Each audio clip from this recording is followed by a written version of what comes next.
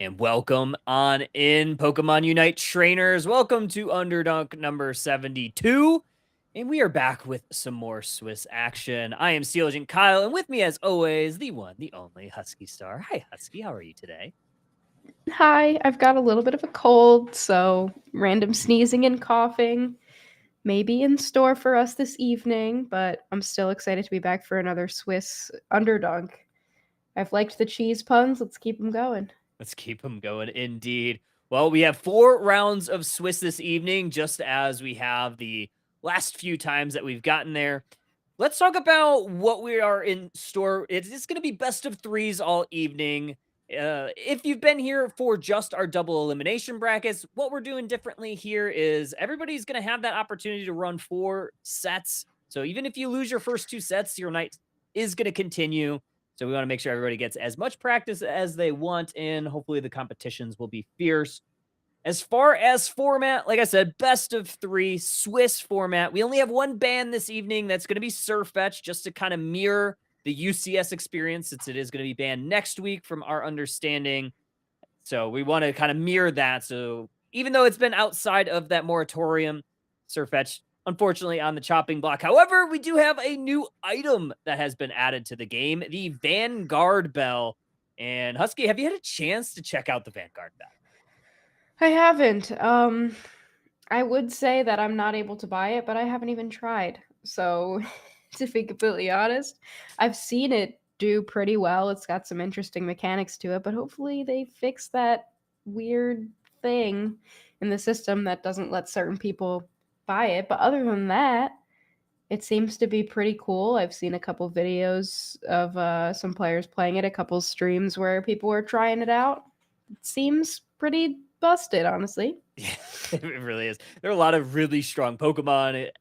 For those that aren't aware of what Vanguard Bell does, when your Pokemon hinders the enemy Pokemon with a strong hindrance ability, typically slows do not count, but any other type of hindrances, pushes, shoves, knockups, and the like, it's going to heal 10%, up to 10% of your max HP on a 5-second cooldown.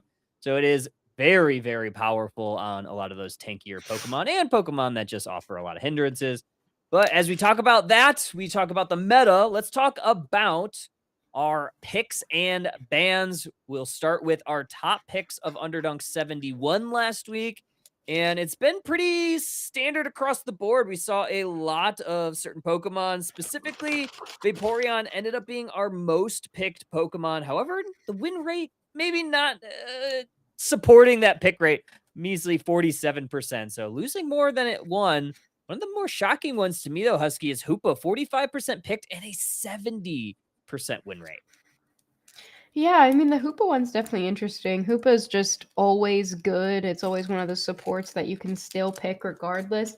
The Vaporeon win rate doesn't surprise me. I feel like it was similar across in a EUIC as well, where it was picked a lot as it started not to be banned every game. But, that also means that somebody's eventually got to lose some of these games with Vaporeon. It's a really good Pokemon, but it's pretty easy to pick up as well. So I feel like everybody, somebody on your team, your tank, your support is going to be able to play this Pokemon.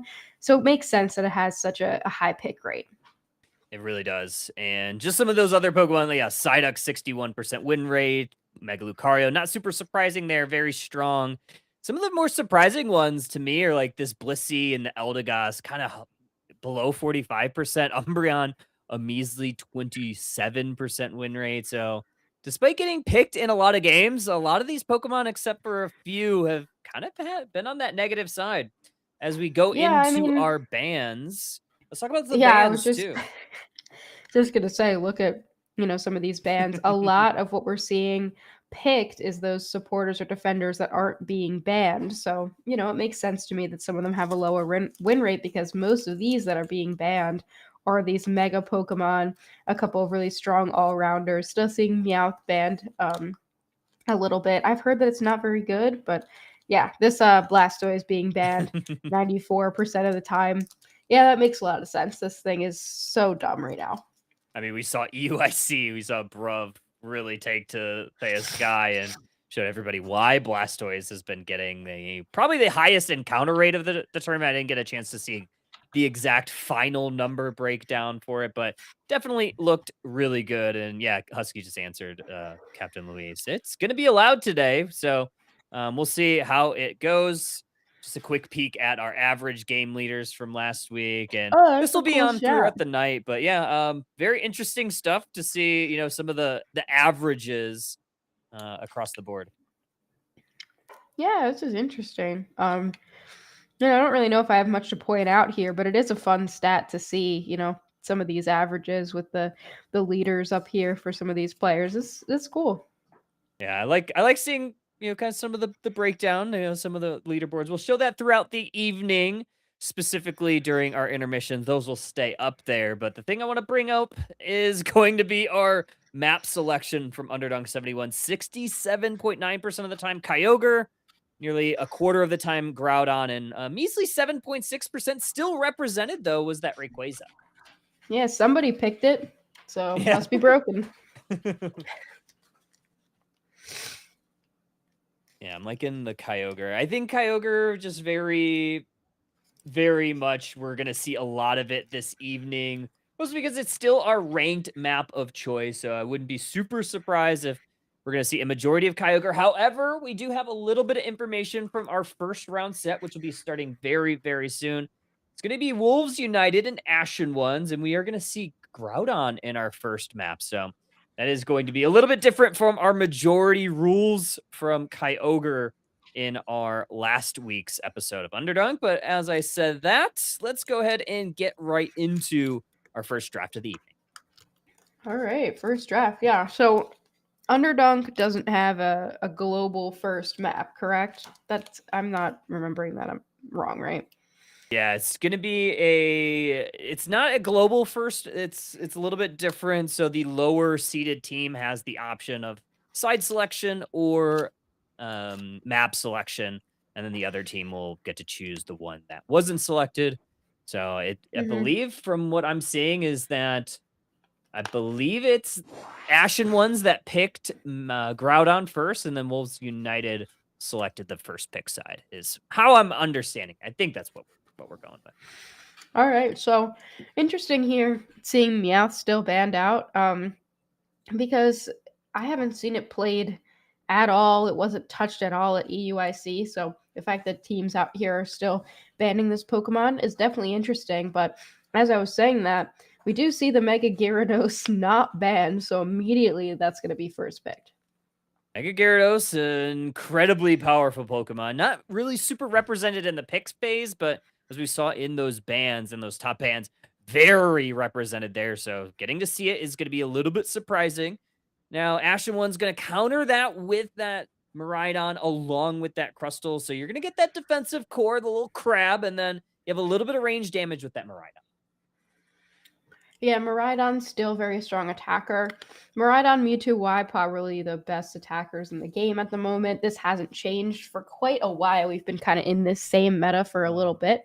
On the other side, got Snorlax and Eldegoss out here, so two Pokemon that are still seen quite a lot. Your defender and your support. Very classic, both very early Pokemon that we've been seeing in competitive for quite a long time.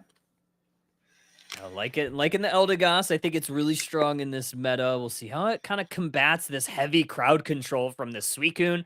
It looks like Suicune is going to throw on that Vanguard Bell, so it's going to have a little bit of additional self-sustain with that item. Every time it does a little bit of crowd control, it is going to proc every 5 seconds, so something to pay attention to in those long, drawn-out fights. Wolves United is going to try to counter that. They grab that Venusaur, something that we don't see a ton of. I wouldn't be super surprised if we end up seeing a Vanguard get played on that one and potentially a Petal Gigasaur type of build. And then we're going to also get that Talonflame to dive that backline. Yeah, Talon still likely the strongest speedster. I guess teams are considering Meowth to be the strongest speedster at the moment, but Talonflame is definitely really good. Interesting here, the Tyranitar coming out, which I am not sure about here. I guess, trying to deal with this Mega Gyarados, and you can try to brawl with it a little bit, but Tyranitar doesn't have a ton of chase capability, so it might not be able to catch up to something like a Mega Gyarados, but we will have to see, how they end up playing around this Pokemon. Shall see. A Tyranitar. And anytime you have a Pokemon that can break through those shields and do damage underneath them, that could be pretty powerful. So we'll see how it's going to be able to counteract that Snorlax, especially in that Unite move when it gets some of those really large shields. Very interested to see this Pokemon. Yeah, you have 3 all-rounders for Ashen One, so heavy melee going into this one. Yeah, this is gonna be an interesting game number one here because you got no healing support on one side. You kind of have Suicune in that supporter role, and Eldegoss being on the other side, representing the healing support kind of fill right there. So it's going to be interesting with Tyranitar because nothing is healing this Pokemon, and it needs to scale so much in the early part of this game. Let's get into game number 1. Wolves United going to be on your purple side. Ashen One's going to be on your orange side. Zayd is going to take this Magikarp up to that top path along with that Eldegoss, sending this Talonflame, and then on the opposite side, it will be the Ceruledge going center. Well, I guess Miraidon kind of acting as your supporter up in that top path with the Tyranitar, and then you've got Suicune and Crustle in that bottom path. So that's a very interesting pathing choice here for Ash, and I assume we would have Suicune as your support and Crustle as more of your traditional defender. But, I did say there's no healing support, but we did see the Vanguard Bell get put on the Suicune, so they're going to be doing a little bit of healing to themselves as they deal some hindrances on the other side. We're going to see this Talonflame rotate to the top path as well as the Ceruledge. Instead, just kind of poke its head out and then immediately is going to make a beeline, maybe a little bit of a bird line down to this bottom path. Going to immediately put some damage onto that little Dwebble, forces an eject button out, and looking to take this Bunnelby for themselves. And now look at them. They're going back up to this top path. Yeah, considering here just trying to get at level 7, I believe it is Flame Charge, so you'll likely see Fly. That's going to be helpful with avoiding the damage from that Charge Beam. Potentially the Ceruledge as well. Tyranitar dealing a lot of area effect damage if it's got that Sand Tomb. So I do like the Fly here, because I don't really know exactly what you're Brave Birding into if you were to go with the Brave Bird moveset, but once they get that level 7, they can definitely start terrorizing this Larvitar. The Larvitar actually given that central area to allow it to scale a little bit quicker. And now you do see Pupitar and Ceruledge going to immediately put some damage directly onto this Eldegoss, pushing them away from this Natu family. So this is experience all earned from Ashen Ones as they take that little bit. And now we're going to have 8 seconds until this Regidrago central area.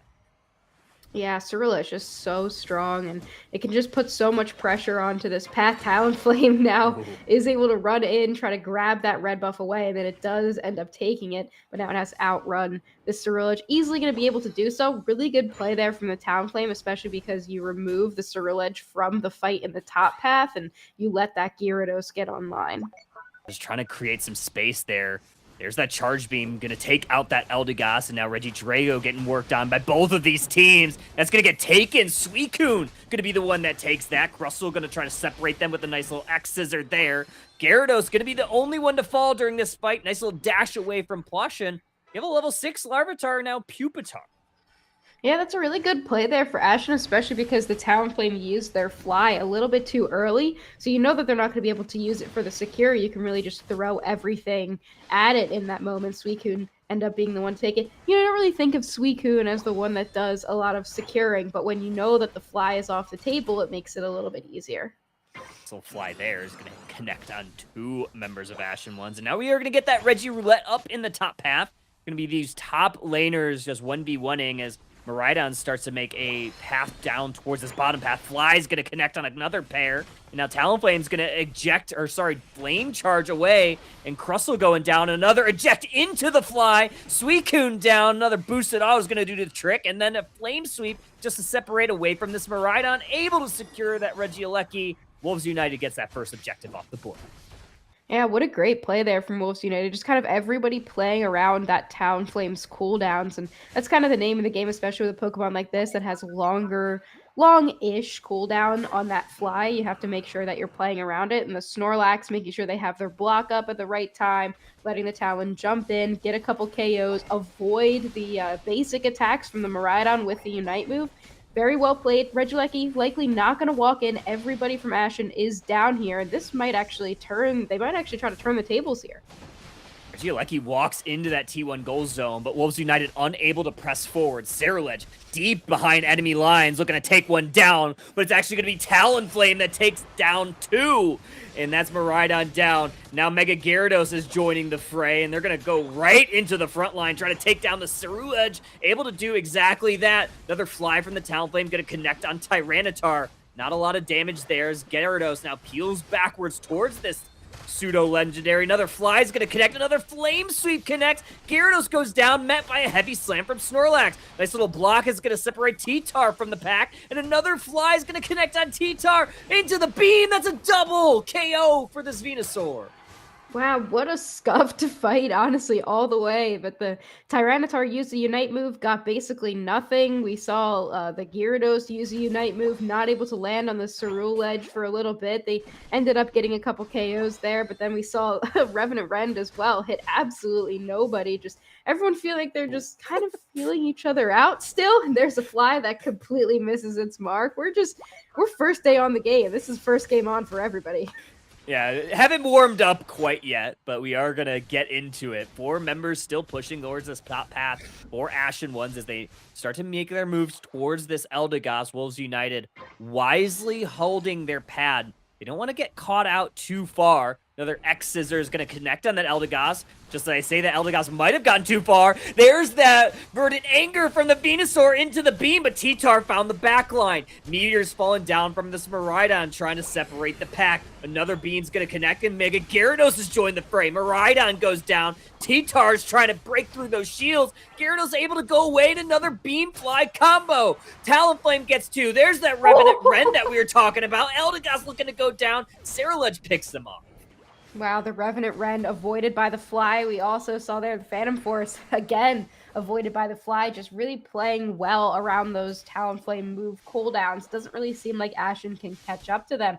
We saw as well, kind of what we were talking about before, the Tyranitar has some good moments where it's got the ability to use the Unite move. It has a good engagement, but there's just the mobility. On Wolves United, huge beam there will take away that Reg Ice. They will get punished for it, but Talonflame trying to back them up here. Talonflame gonna fly, connect on 1. Suicune goes down. A nice little eject here from Miraidon as they're gonna try to charge beam up. There's a great block from that Snorlax.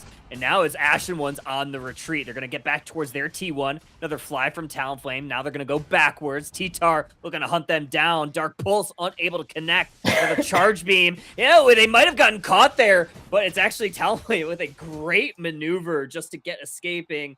I think it was going to go 4v1, but somehow they were able to just narrowly escape. This T-Tar has to just hope for a really good endgame fight and just make sure that the Talonflame doesn't have its move cooldowns up. It's going for it here. Does get the Tyranitar huge fly now, 173-1. And I'm wondering, how does Tyranitar even keep the Wolves United team in place? Even when Mega Gyarados is online, it's... it is dependent on its shields that Tyranitar can rip through, but also it has Waterfall and can very easily just walk away from the Tyranitar. So I'm wondering for Ashen how they make this work in this endgame. They're looking for that 50-point back cap. Wisely very familiar with what Zaid was going to do with this Gyarados. Yeah, 10 seconds until our first objective. It is going to be Groudon, as we talked about here. It gets snuffed out right into that bush. Wolves United has some good vision. Yeah, they have some great positioning, and they have the score advantage by a lot as well. Somewhere, 1 single point went in. I wonder if it's like a single stack for somebody. I'm pretty sure that the Tyranitar is stacking. So if it was the Tyranitar, they've got a single stack. If anyone else was stacking, they've got none. So Wolves United definitely in a pretty good spot here. Level 14 on that Talonflame. Cerulege, if they can get a good engagement on top of the Tyranitar Unite, that could be fantastic. Here we go, Kyle, jumping right into the fight. I'm talking about those Unites, but I'm talking about that Bird and Anger from the Venusaur chunking through. Immediately, Ashen Ones is going to be down to 1, and they are going to go ahead and get absolutely obliterated. Mega Gyarados gets a KO streak of 3. Venusaur cleaning up a couple, and Wolves United gets that first ground on the game, and they're making their way towards their some points. Yeah, I mean, with this team composition, right, this is kind of exactly what I would expect. Tyranitar just really not ending up able to do it. They don't even have their level 13 yet, but there's still an opportunity here. All the Unite moves, or wait, I don't think there's any way all the Unite moves were expended. Maybe there's some kind of bug or something where you can't see them, but, you know, I also could be completely wrong. But that was a huge engagement off of Wolves United to jump in, going behind the Mega Gyarados, making sure that they had the advantage there, and then just bringing everything into the middle. So much CC, and Ashen just couldn't get anything done. It really couldn't. Yeah, T-Tar finally going to start to make some waves and some headway. And as I say that, Snorlax blocking that way. Mega Gyarados making their way all the way towards this goal zone. Another double KO for them. Snorlax picking up a third. Only one member left standing. The Ceruledge going to have to watch as the rest of these points get deposited into the home goal zone. And Ceruledge is going to look towards game number 2. Yeah, this is a really big game, number 1 for Wolves United. But hey, Ashen didn't get shut out. They did get 1 single point there in game number 1. But this is a really good team. You can never really count Ashen Ones out. They're a very experienced team, and they play well together. I think it's possible that they just had, they were trying something out. They were trying out this new composition, maybe trying out the new item with this Suicune, trying to make it more of an attacker than it usually is played as. And it just didn't end up working out for them in game number 1. So I do imagine that we'll see some differences here for this squad in game number 2. 1 point in, and it was Yoga depositing that 1 point in. I believe it might have been in the top goal of one of those. Wow, so no stacks for anybody. Stacks. Yeah, that's rough. Because I don't think the Miraidon was stacking. So yeah, just as you said, if it was someone else, no one's got a stack. But yeah, look at all these. Yeah, and I mean, a lot of that was because of that huge block by Snorlax. They had one really good push onto that tier 1 goal zone, and Snorlax just came up with the biggest block of all time. Xeno able to make it happen, keeping them to 1 single point. That's definitely a really great game number 1 for Wolves. I loved this Venusaur. I mean, you look at the stats and the breakdown there, 90k damage dealt, only 27k taken. So these divers from Ashen Ones really not able to put a lot of damage onto the back line. They weren't really able to do a lot of it on the front line either.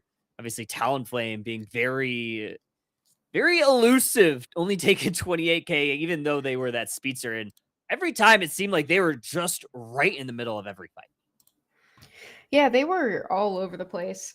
And the way that, Mega Gyarados is also played is very passive for most of the game. But then as soon as we saw this Mega Gyarados able to use its Unite moves in those fights, it was huge. It was just doing so much damage. I feel like this is a Pokemon that you can't really leave alone. You can't really let it be in some of these games. I get the idea for the Tyranitar here, because if you're imagining Mega Gyarados in the middle of the fight, just kind of chomping at everybody, T-Tar can rip through those shields. But the T-Tar then has to be getting online as well. And we just didn't see it. I would have loved to see some healing support along with that Tyranitar to help set it up a little better. And a Bliss assistance or something, then we could have seen that final fight go a little bit differently. But I also just think Tyranitar is... it's okay, it's not the best. So there's to me, it just feels like there's other options that would be better. Speaking of other options, we could go ahead and talk about some of our other options while we have a couple of minutes before game number 2. We didn't really get to cover. Yeah. And maybe one of those options that you wanted to talk about was that Slowbro. Yeah, I imagine that we would be seeing some Vanguard Bell, so I was thinking about it. I was looking at some builds, and I wanted to be a little fun with my Pokemon to watch. So I feel like Vanguard Bell could bring Slowbro. Kind of not that it's not back, but it's definitely not one of the top defenders. But I imagine we could potentially see teams start to pick it up again with the addition of this Vanguard Bell, because Slowbro really depends on its CC. Really does. I think it could be really strong. I think another Pokemon that I'm interested in seeing, what can you say? Mr. Mime. I think this Pokemon's super fun to play just in general. And when it's really good, it's really annoying. So when I think of Pokemon that could really use this, the extra sustain from Vanguard Bell could be really good with a Pokemon like Mr. Mime, who doesn't really have any self-sustain within its normally played kit of that Confusion Barrier. So I think it's really one How of about those you put big bell. leftovers on it? Let me cook. Let me cook. Cooking up Let me those cook. leftovers. Let me cook. Yeah, I like Resonant Guard on it. I think the Vanguard Bell fits really well. The third item I think could be pretty flexible. I think you could do Focus Band. I think you could do Buddy Barrier. But I really Muscle like the band. idea of I like the idea of yeah, Focus Band. Yeah, I think it would be really good.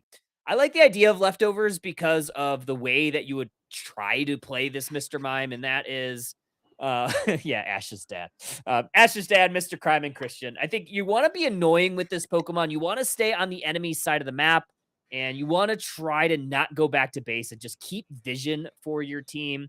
So I think leftovers really helps you accomplish that by just, Mhm. once a fight's over, staying on the enemy side, maybe push a goal zone, maybe go for an invade. I think there are a lot of ways you could do it. I think Mr. Mime, I think is a Pokemon that can be kind of that disruptor type of Pokemon. So I wouldn't be super surprised if we saw this Pokemon, go on some of those invades.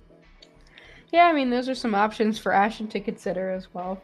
Mhm. I think, there hasn't been a ton of time with the Vanguard Bell, but from what I've seen, it does do quite a lot of healing. So a lot of defenders, as if defenders and, some supports weren't broken enough already, having the option to heal up more on some of those CC moves that are so powerful right now, I think is a really good potential option. Mhm. Yeah, I think there are a lot. I've tried a lot of different Pokemon with the Vanguard Bell. I think a lot of your normal suspects are really, really fun with it. Psyduck, a very big bell wearer, I think. Obviously with Surf or even with Disable or Psychic. I think all of those abilities work really well with Psyduck's kit, who doesn't normally have a lot of that healing built in. So I think that works really well. I think Lapras is probably a decent winner on it too with Bubble Beam. Hmm. Then you kind of think of other unique picks like Pedal Dance, Giga Drain, Venusaur. I ran a full tank Venusaur the other night, and I thought I think I healed half of the damage that I took, so it actually ended up being pretty decent. It was kind of like a raid boss in that late game. Yeah, I wonder if it's worth it on any CC attackers. It just feels like it's such a defender item. We'll have to see what we end up doing here. Got the classic Meowth Vaporeon band, and I think we're just going to see the same bands across the board here, game number 2. Looks like we've got the Kyogre map as well, and Wolves United once again is your first pick. So are we going to see that Mega Gyarados again? Yes, we are. Sure are. I wouldn't be really surprised if Ashen One elects to pick a different defender here, like we talked about. I think Slowbro, just to shut that thing down, would be very wise if they have a player that would, want to try to take that. Snorlax, obviously a very good defender as well. I mean, we saw it work really well for Wolves United in game number 1. We'll see if it works well here in game 2. But instead, they are going to go with a Speedster, looking to shut down the early game, and also that supporter of Fable. Yeah, very early Leafeon pick. I really wouldn't want to see this thing picked at this point, but it also seems like they weren't really sure what they wanted to pick in their defender slot, so potentially just knowing they want to go with Leafeon eventually, letting the rest of the squad think about it a little bit harder. But Wolves United not looking to change anything up. They've got the Eldegoss and the Snorlax back, both of which look fantastic in game 1. Yeah, I think Eldegoss works really well. I love that they're throwing Cursed Incense on there. Because if they could just kind of hang out behind this Snorlax, hold down their A button and really dish it to this Clefable, and then kind of that front to back composition that Ashen One seems to want to play with, I think that'll work really well. Looks like Ashen One is going to line up that Urshifu, and currently, as it stands right now, full heal. It tells me that we're likely going to see a Water Bear. Yeah, Water Bear could be pretty good. I mean, it's got some CC and it's got some Chase as well, in case they wanted to go with that Talonflame once again. They also stole the Venusaur, so on the other side, we're going to see Espeon. And what I believe is going to end up being a Scyther here, which is a really, really solid speedster. I love seeing a good Scyther player, and I think this works really well into that backline. I think it does semi-decently into the Leafeon. It's maybe not the best counter, but I think it's actually pretty dang good. And last pick for Ashen Ones, that gutter pick, is going to be the Mamoswine. So they picked their tank last, and I think Mamoswine, when we talked about Pokemon that can use the Vanguard Bell, I think this is another one. Yeah, I like the Mamo here a lot as well. Full tank Mamo build. You've got the eject button for some engage, and then you got your Urshifu that can kind of follow up on a lot of those stuns. And then the Vanguard Bell just giving it some more sustain in these fights. You've got Clefable as well, so you're really just trying to keep everyone on the team healthy so that they don't get bursted down by the Gyarados and the Scyther. I definitely like this composition much better for Ashen than what we saw in Game 1. I like it too. I think it will work a little bit better. Currently, as it stands, we are seeing what's likely going to be a Venusaur. So, again, this is going to be protect the back line. It's going to be really difficult to get this Venusaur online if they're not able to keep it protected, because Venusaur really almost kind of useless levels 1 through 6. So, if they could rush that level 7, Ashen Ones should have a pretty good time in the late game, because it is kind of a late game boss. Yeah, I mean, I'm not mad at this Leafeon pick either. I was a little worried about seeing it so early in the draft, but it doesn't really seem like it will get super punished, and it really can just jump on this Espeon, even in the early game where Espeon is also pretty solid. Let's get into game number 2. Wolves United, Ashen Ones. Wolves United looking to go on into the next round with a W. Ashen Ones trying to get that and forcing a game number 3. We are going to see Plush head towards the top path with this Leafeon, and Yoga might be going on a little bit of an invade adventure on Clefairy. Yeah, I'm actually kind of surprised to see Cubfu still in that central area, but I guess they're not too worried about an invade. I definitely would be worried seeing that Snorlax on the other side, but we do see Espeon already getting a couple secures, getting closer to that level 4. I wonder if we'll see the Psyshock or the Stored Power against a Leafeon, but I can see Psyshock being still a pretty good option. Ooh, very scary moments for the Clefairy. Almost yielded a KO over to this Magikarp instead. Leafeon does get online, and they don't give up that important KO, which could have been, big issue, because you don't want that Mega Gary online too early. Scyther going to take a little bit of a peek in this Urshifu central area. Leafeon coming to the rescue. Going to not save that Urshifu. Going to look for the KO on Scyther, and they're going to find it. Yeah, it's not too bad of a trade. You get central area for central area, but unfortunately that means Leafeon does get that level 5, and once it gets that level 6 and it's got that aerial ace, it can kind of start stomping, just walking all over the map. But, for now, not too bad for either squad, but this is already a better start for Ashen Ones. They have doubled the amount of points that they got in game number 1. Great start, even. Fantastic start. You're going to see Scyther peel back towards their central area, just with Plush on the map with that Leafeon. You don't want to leave that up for too long, because they do love to invade. Also looking for this maybe 30-point score on the back side of this. Over Mega Gyarados along with Eldegoss going to pick off this Clefairy, force them back towards that T1, get to safety just in time, and somehow able to stop the Leafeon as well. Yeah, good eject button as well. And when they were like halfway through the waterfall, we saw them use the eject, make sure they stopped the Leafeon. Definitely a good call by them, but here comes the Urshifu. I don't think that this Gyarados realized they were there. They are going to be able to jump away for now. They are leaving Eldegoss to get taken down. Now Urshifu, not done yet, is going to try to jump in on the Scyther, and this Water Bear doing really, really well early. Pushing the limits of this Pokemon, going to 1v2 or 2v1 that Scyther. Scyther goes down, and now Clefable coming to the rescue, forcing some HP bars back up to the top, getting another stack in for themselves. And it looked like they wanted to break that, but instead they're going to elect to, starve Wolves United out from some of the experience on the map. Yeah, Gyarados very low. Doesn't want to have to back and then the Urshifu to find them, but they will be able to get away for the time being. And now Wolves United is the team that's being shut out. Not as solid of an early game for them as we saw in game number 1. We do see the Mamoswine as well. Level 6 already for this Pokemon. We've got one Unite move, and it's the Leafeons, so that's been a pretty solid early game for them. Able to get their Unite move before these first objectives, of which we have Registeel, our Regiroulette in the bottom path. They're going to send all 5 members of Ashen Ones to try to take down this Registeel. Good front lining from this Piloswine, keeping both of the members of Wolves United that was looking to maybe steal it away Now the push is on towards this T1. Emerald two steps, not gonna hit the mark. Scyther, Green Illusion dive, gonna try to slice through Ashen once, but they're the one that's going down. 3 members just get erased from Wolves United, and now this goal zone is also down. Ashen ones breaks both T1s.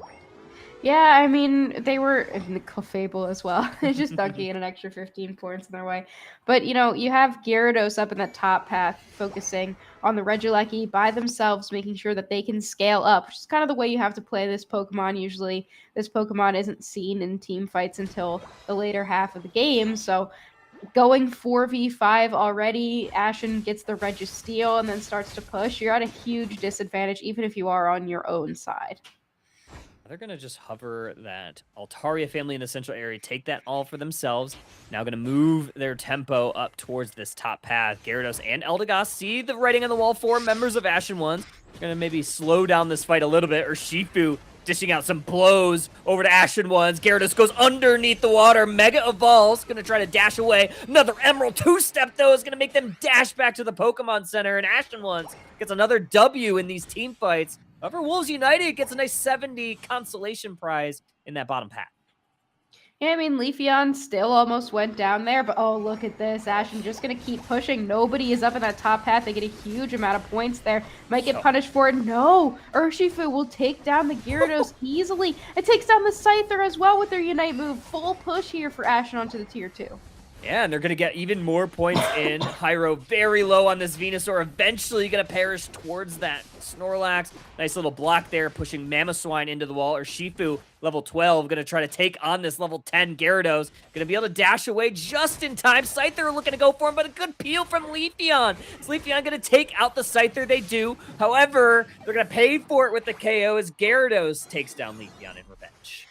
Yeah, good KO on the Leafeon. Scyther really doesn't seem to be doing much of anything at the moment, unfortunately. I like the Talonflame much better in game number 1. It seemed to do well, but it's just going to be difficult as a Scyther to walk into something like Mamoswine, Clefable, especially when this Urshifu is so far ahead. And Eldegoss already having to use the Cotton Cloud Crash here. Regieleki starting to get chipped. Everybody up here in this top path. Oh, Leafeon going for a Unite move, take out its EV counterpart. However, Wolves United on the front end of that fight, able to take that Regieleki. Ashen One's going to force to deal with it. They could have potentially just let that walk in, gain some additional experience on the map, but instead they're going to take it down, and also that Mega Gyarados down with it. And now they're going to take that 251 to 140 lead towards this late game. There is still a basement Reggie to be had. Just a good steal there for the Gyarados. They had it, you know, just as they were popping out of their Unite move to take the Regieleki, but it doesn't really do anything. You end up losing the fight so miserably there. It seems to be completely different Ashen Ones than we saw in game number 1. So I think that my assumption was correct. They were just trying out that T-Tar and didn't seem to work out. So now we're back to the Urshifu, and they have a really, really solid lead here, over 100 points. About 3 minutes and 15 seconds left until we see the Kyogre.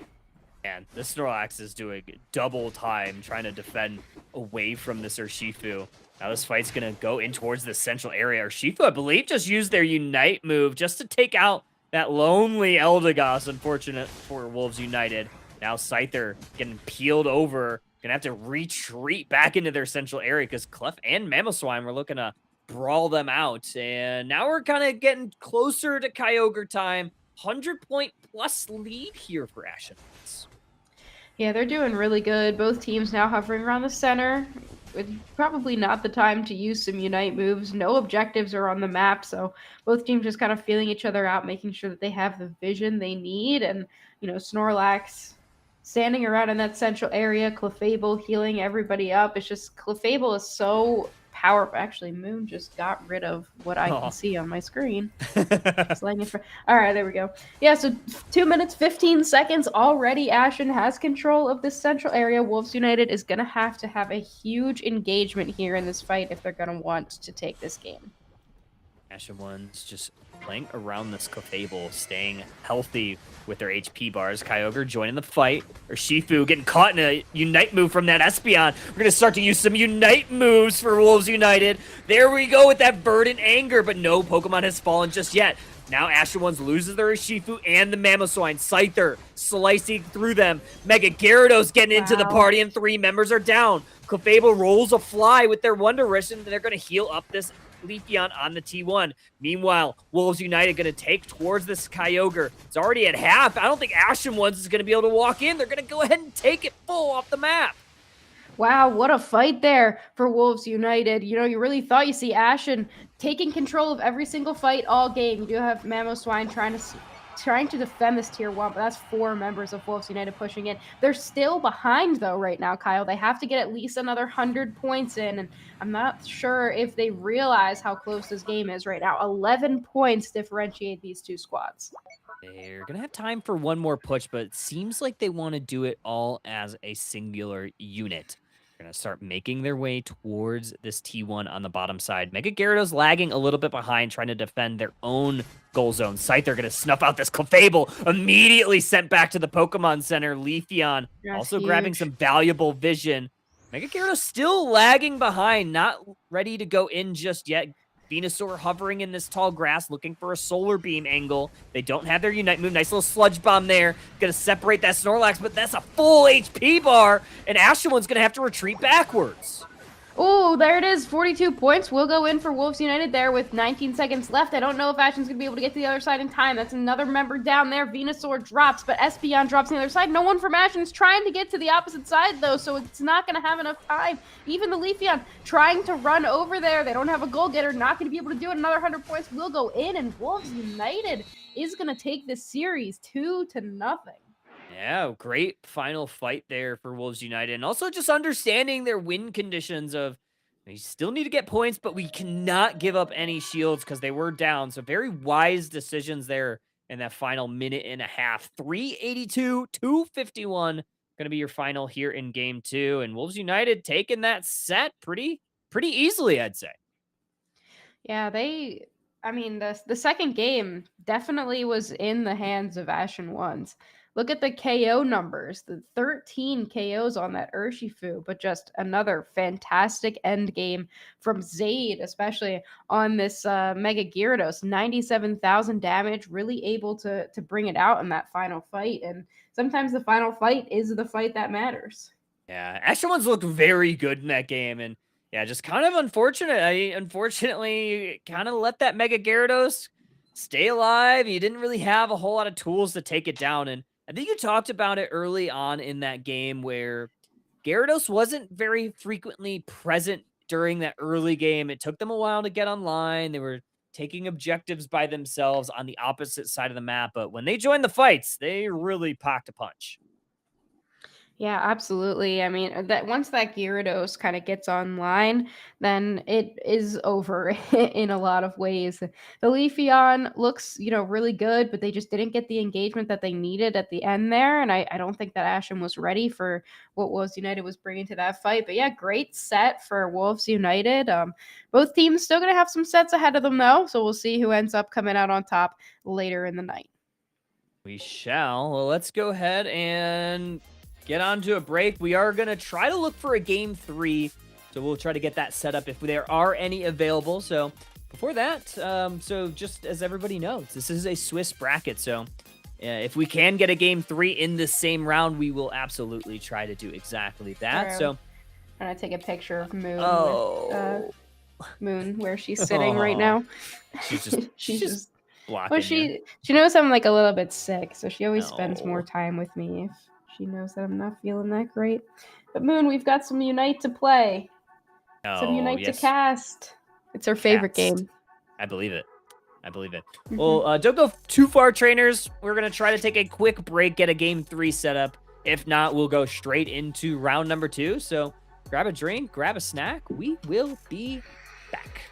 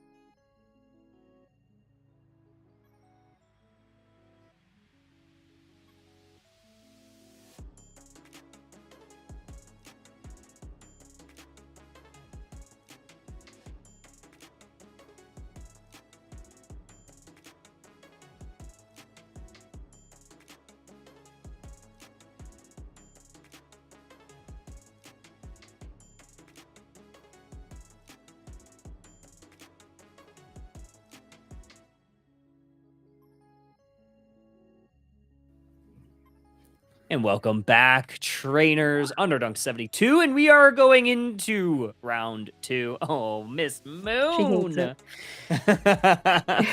She She's hated so that. cute. But yeah, we are going into round 2, so there were actually very surprising. Every set in our round 1 went 2-0, so we had 0 game 3s.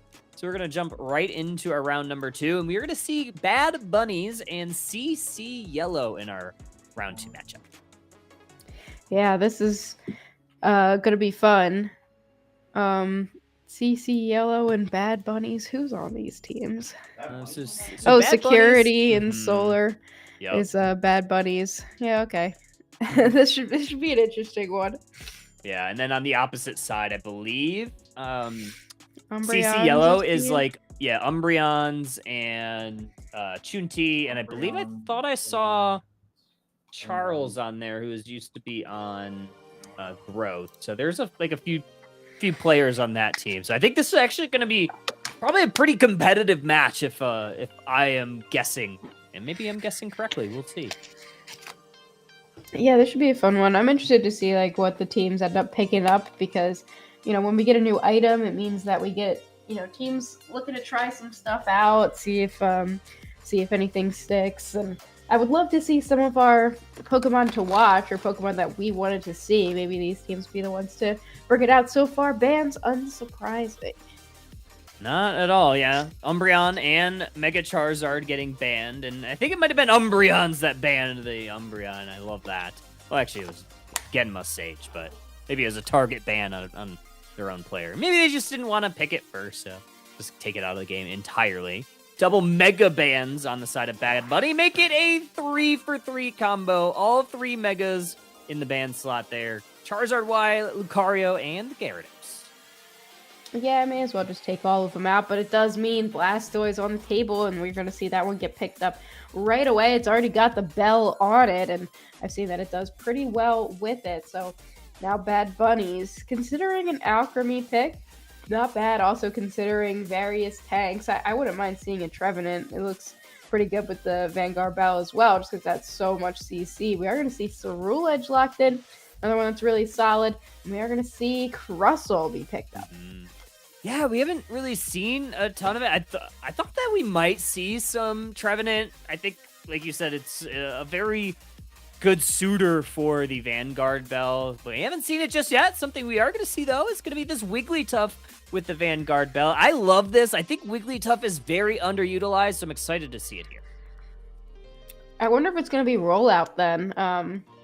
If we're seeing the Vanguard Bell currently on it.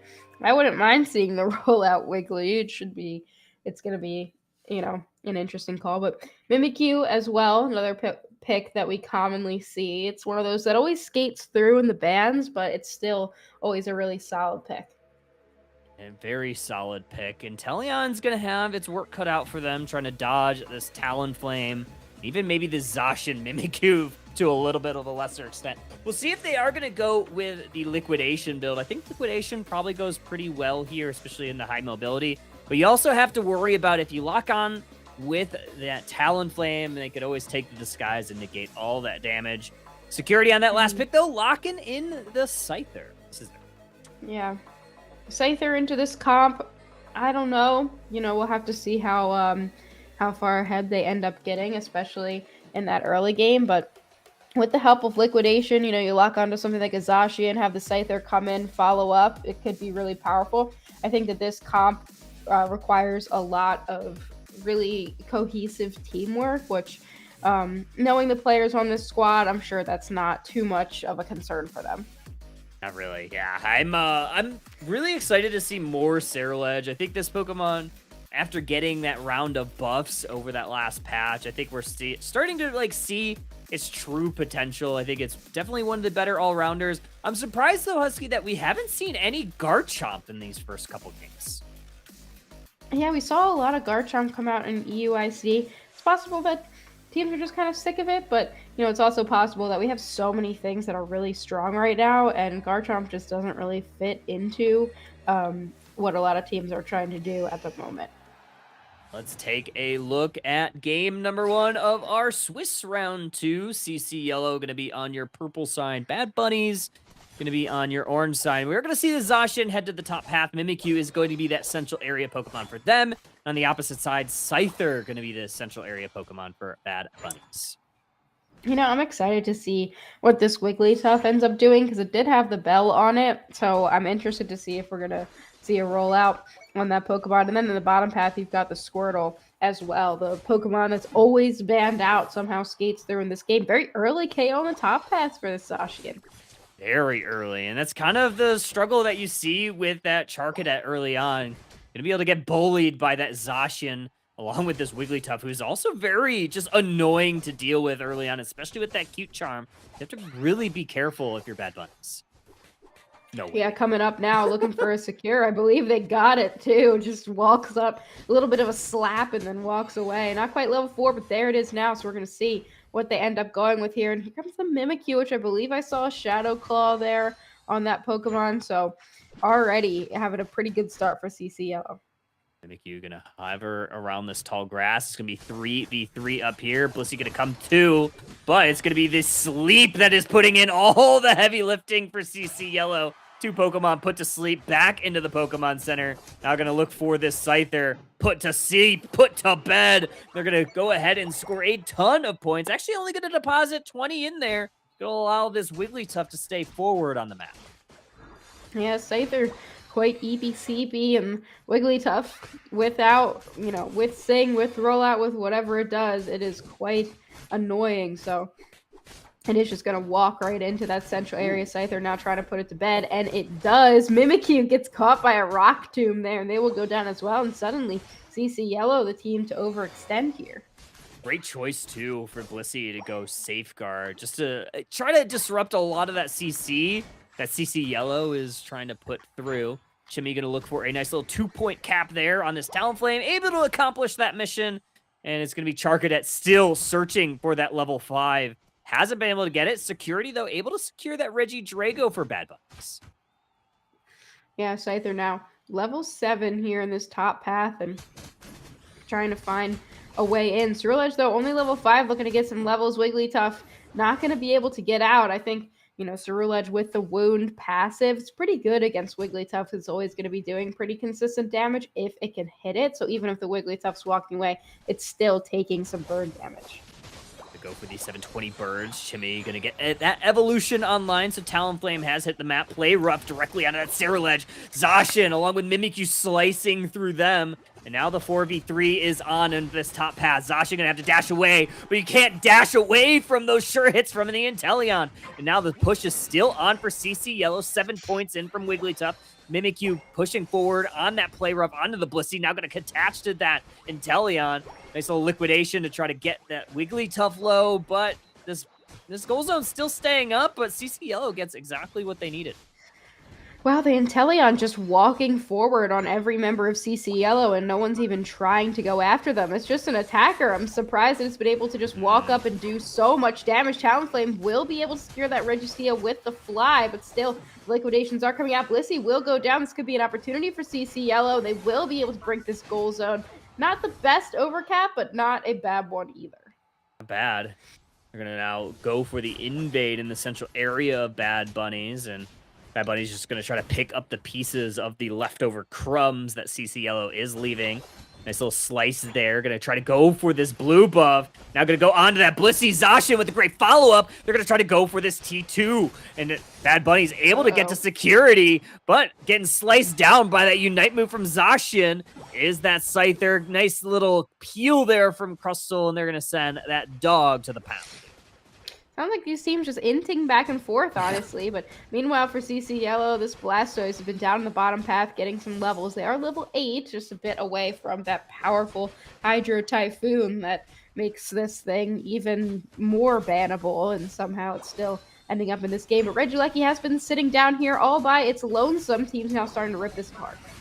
Gonna go for it. Ceruledge going to go ahead and secure that. It's actually Scyther that gets that last hit, the Revenant Red, dishing out a lot of crowd control. Talonflame going to try to run away from this Inteleon as Mimikyu takes out that Ceruledge. Inteleon now goes down to the Talonflame on the back end of this fight as CC Yellow just tries to defend this Regieleki from walking on in, and with all this bulk, they're going to be able to accomplish that mission.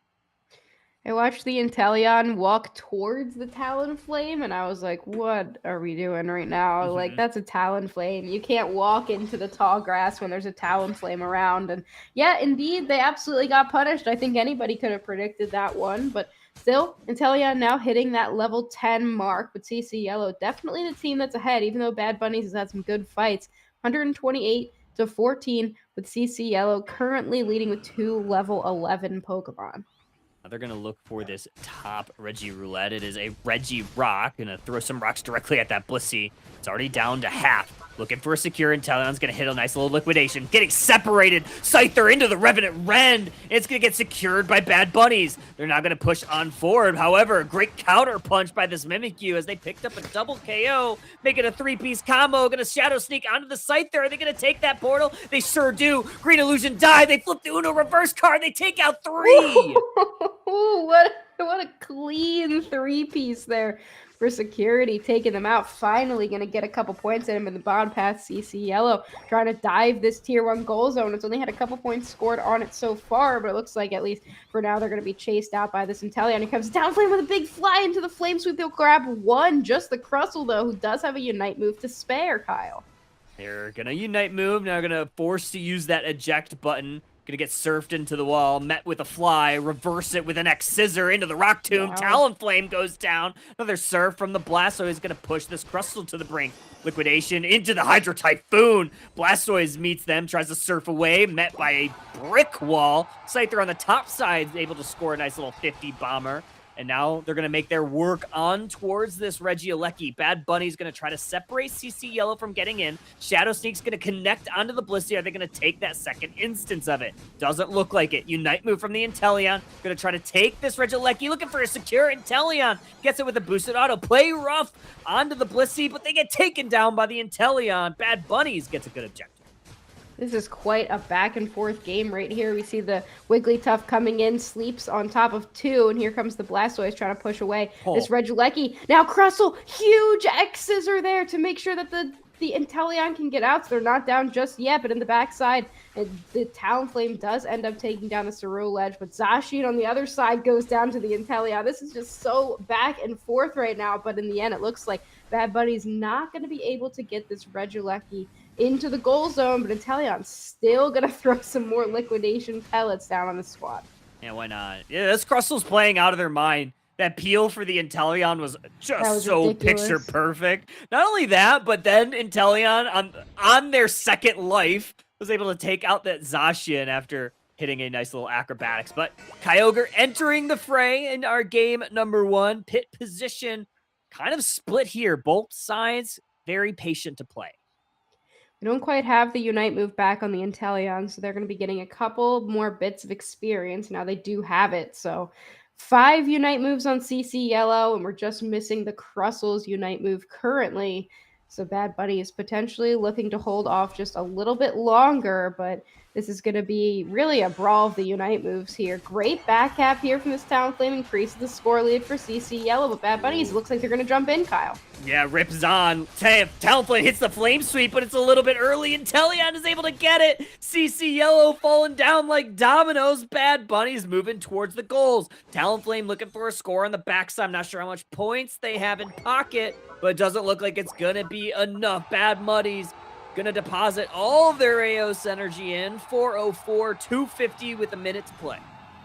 You know, I keep like trying to color up like right until the fight breaks out and then like give it over to you. But these rips are like so ridiculously fast that I'm like in the middle of my sentence, like, oh, it looks like the fight started. I'm gonna have to hand this cast over to Kyle. And then the Kyogre's down already. I'm like, well, you know. Whoops, sorry you didn't get to guess the play of that fight. But that Kyogre got absolutely eviscerated. And somehow, even without Snipe Shot, Bad Bunnies and Inteleon's still the one to secure it. We'll look to practice that. We'll get the timing down. But either way, we have one final push here. CC Yellow looking to siege this T2 goal zone. Scyther on the backside looking for a nice little 50. Oh, they're going to score a bunch. 45, ooh. That's going to double it. That's going to give Bad Bunnies the deficit now. CC Yellow making a push. Scyther looking to score on the front end. Talonflame with the amazing defense. Are they going to hold on? Scythe, they're looking to get it. Did they get that 100? They did. They got but it. Points They on got the the 100 back end. as well. CC Yellow got some. No, but I think the 100 was it. The Scyther did get the 100. I don't know but how there's they did. 46. There's 46 by But then they Blastoise had on the 46 front and end. 12. But they have 40. Oh. Who ended up getting it? Oh! No 10 way. points. A 10-point differential there. The last 100. I don't know what happened on that other side. I saw Chimmy walk into their own central. I guess they were just trying to heal and then make it back, and the scoring speed was too fast, and security able to get that 100 points. I don't think Bad Bunnies realized how close it actually was, and CC Yellow did a great job of maximizing the amount of score they could get on that tier 2 goal zone to put them in the lead. What an insane end to that game. That was crazy. I honestly, like, once that 100 went in, I was like, okay, they got it. And then I saw Blastoise score, and then, what was it? The Wigglytuff score, like 12 or something like that. I was like, I have no idea now. I did see exactly what the score line was, did all that math. But yeah, what an incredibly close game there. I honestly thought Bad Bunnies had it in the bag, and then chaos happened. Yeah.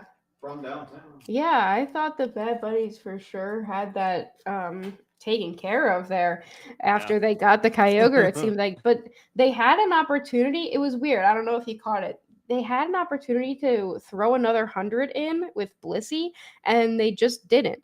They elected to send Blissey back with a full pocket, and I think they thought they were really far ahead, like that they were much farther ahead than they actually were. And I don't think they expected CCL to maximize that score on the tier 2 goal zone. So, I mean, for both teams, I think it's safe to say there was a lot of back and forth, some different inting strategies going on between the two squads, but Bad Bunnies will come out on top. And I think that goes to show just how quickly the tides could be turned here in a potential game 2. That was awesome. That was a fun game. I mean, back and forth. They had that last moment that I was like cool, calm, collect. I was like, yeah, they have a nice little T2 push. We'll see if they get anything. And then all of a sudden, like, oh, this is really close. They could do this. Yeah, very, very close. Bad Bunnies are able to hold on just by the skin of their teeth. But we'll get into game number 2 very soon. Anything in the draft, Husky, that you thought might have gone one way or another? Like, who do you think had the advantage in that one draft-wise? Or do you think anything needs to be changed for either of these teams? I liked both compositions, and I liked both the strategies from these teams.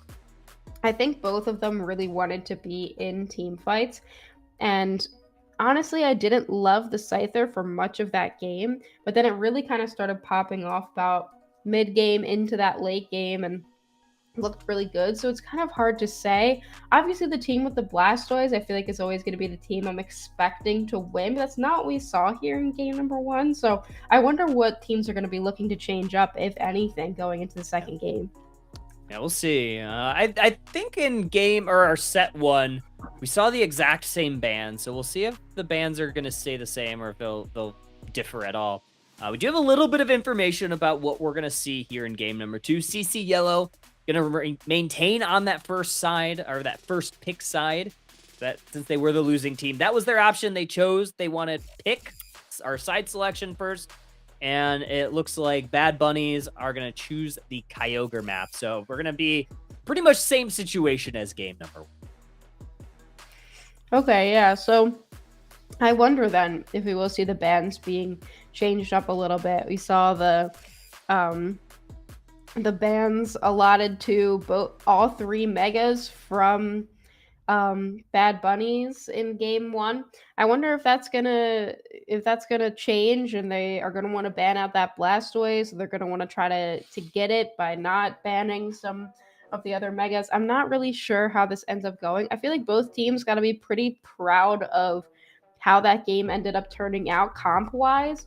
I think they both just, maybe have to clean up the inting a little bit. Maybe in the end there, you send somebody back to help Talon to make sure that they can defend that. But, by the end of that game, it really was anybody's game. It's clear both these teams, like, they're very evenly matched. Very, very. I mean, yeah, it was back and forth. It was Very close throughout. It seemed like every time somebody got some sort of footing or an advantage, there's an immediate counter punch from the other way. So we'll see if it's going to be closer. I expect CC Yellow to put their best foot forward and to try to tie this series up 1-1. We're going to get right into our draft for game number 2. Yeah, so far, the squads keeping it the same. We've got the Umbreon banned. We've got a consideration of that Mega Charizard Y that's also going to be banned. I think we saw Psyduck and was a Vaporeon banned as well in CC Yellow.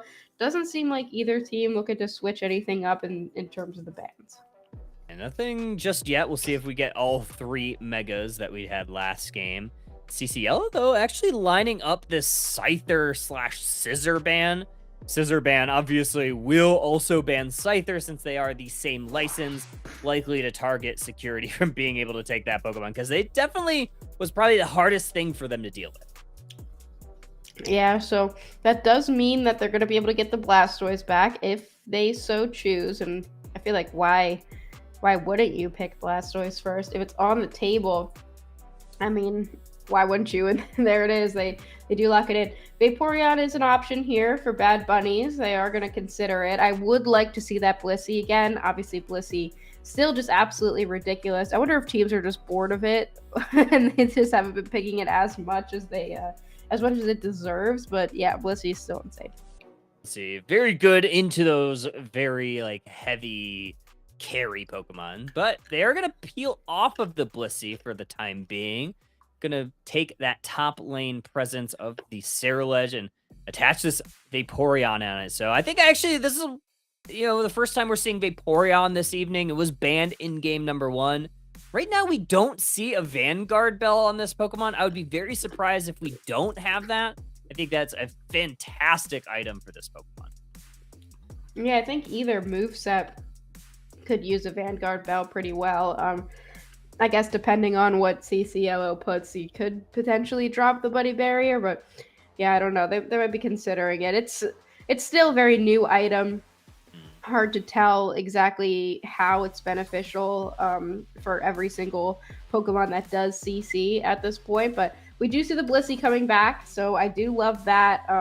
Set up for a safeguard, so that I wonder if we'll see healing on the Vaporeon. It does now have the Vanguard Bell. I took off Soul Vest for it, so your call was correct. For once, the caster is not cursing. A broken clock is right twice a day, Husky. So eventually I was going to be right. We'll see what this Mewtwo Y is able to do. I think we talked about it earlier. Mewtwo Y likely the best attacker, that and Miraidon seemingly like the few attackers that have gotten used over the last few weeks of the meta. But as I say that, we are going to see a Latios here from Bad Bunnies. I think this is a fantastic Pokemon. However, it does have some struggles in the early game. It takes quite a bit to get online, so look for Bad Bunnies to really try to focus on getting those Aeon stacks for their Latios. Yeah, Latios is a scaling attacker that doesn't really farm well. For a lot of scaling attackers, they farm really well. Things like Cinderace and Greninja, they easily kind of hit that level 13. For Latios, it's a little bit different. So you got to make sure that you're allowing that as a team, you're allowing the resources to go into this Pokemon. And it makes me wonder if, is Latios good or is Latios just the better pick? But it does do a lot of damage if you can get it there. But that really, the question is if it can get to that point. On the other side, you have to have this Latios dealing with things like a Mimikyu, which if we're seeing the same build as last time, it can pretty much one-shot a Pokemon like that. So I guess, the Leafeon and the Cerulege are really going to have to set up this Latios for success. We'll certainly see how this one goes, but we are going to see it very soon. This is going to be game number 2, CC Yellow and Bad Bunnies. CC Yellow going to be on your purple side. Bad Bunny is going to be on your orange side here in our Swiss round 2. And they're going to send this Mewtwo Y down to the bottom path. It's going to be Mimikyu taking the central area.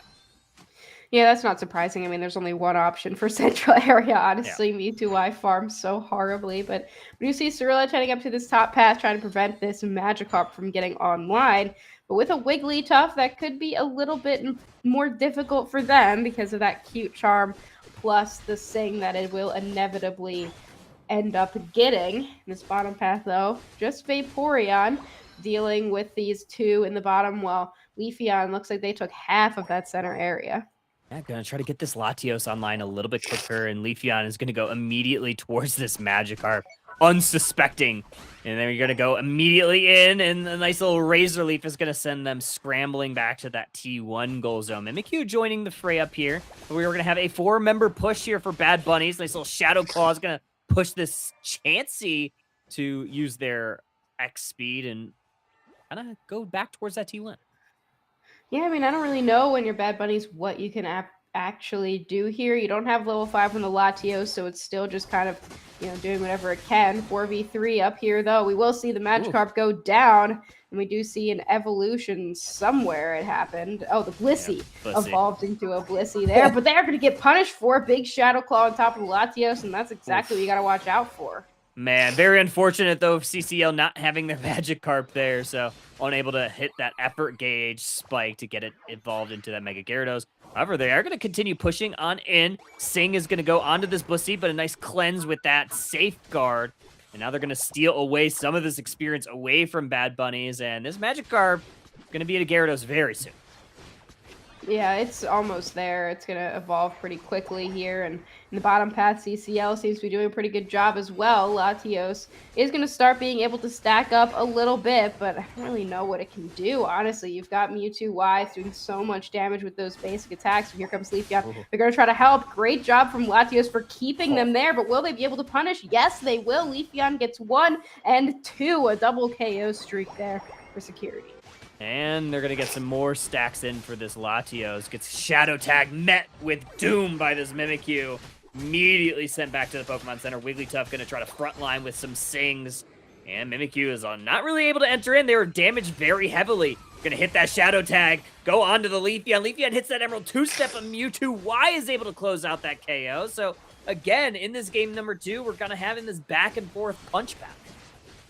I mean, it was good for the Leafeon to be able to hit its Unite move, immediately use it, but I don't think that they meant to Aerial Ace that way. I think they meant to Aerial Ace the opposite direction because they were just way too low to continue jumping in there, and, it's not surprising a single basic attack able to do them in. Good flip turn here from the Vaporeon. They will be able to get safeguarded out, but right now CCL still does have control of this bottom path. Trying to scramble away from this Mega Mewtwo Y. It just Mega Evolves, so they're not wanting to step in just yet. Mimikyu making a lot of damage onto this Regieleki, able to secure it too. Latios focusing on hitting those Aeon stacks. I'm going to try to now defend this T1 goal zone. Met with the Telekinesis. Going to smooch that Regieleki. Another Emerald 2-step from Leafeon. Ooh. But Latios goes down into the Infinite Cyburn from the sky. Calling in some reinforcements, looking to take down this Vaporeon now. Blastoise sends them back.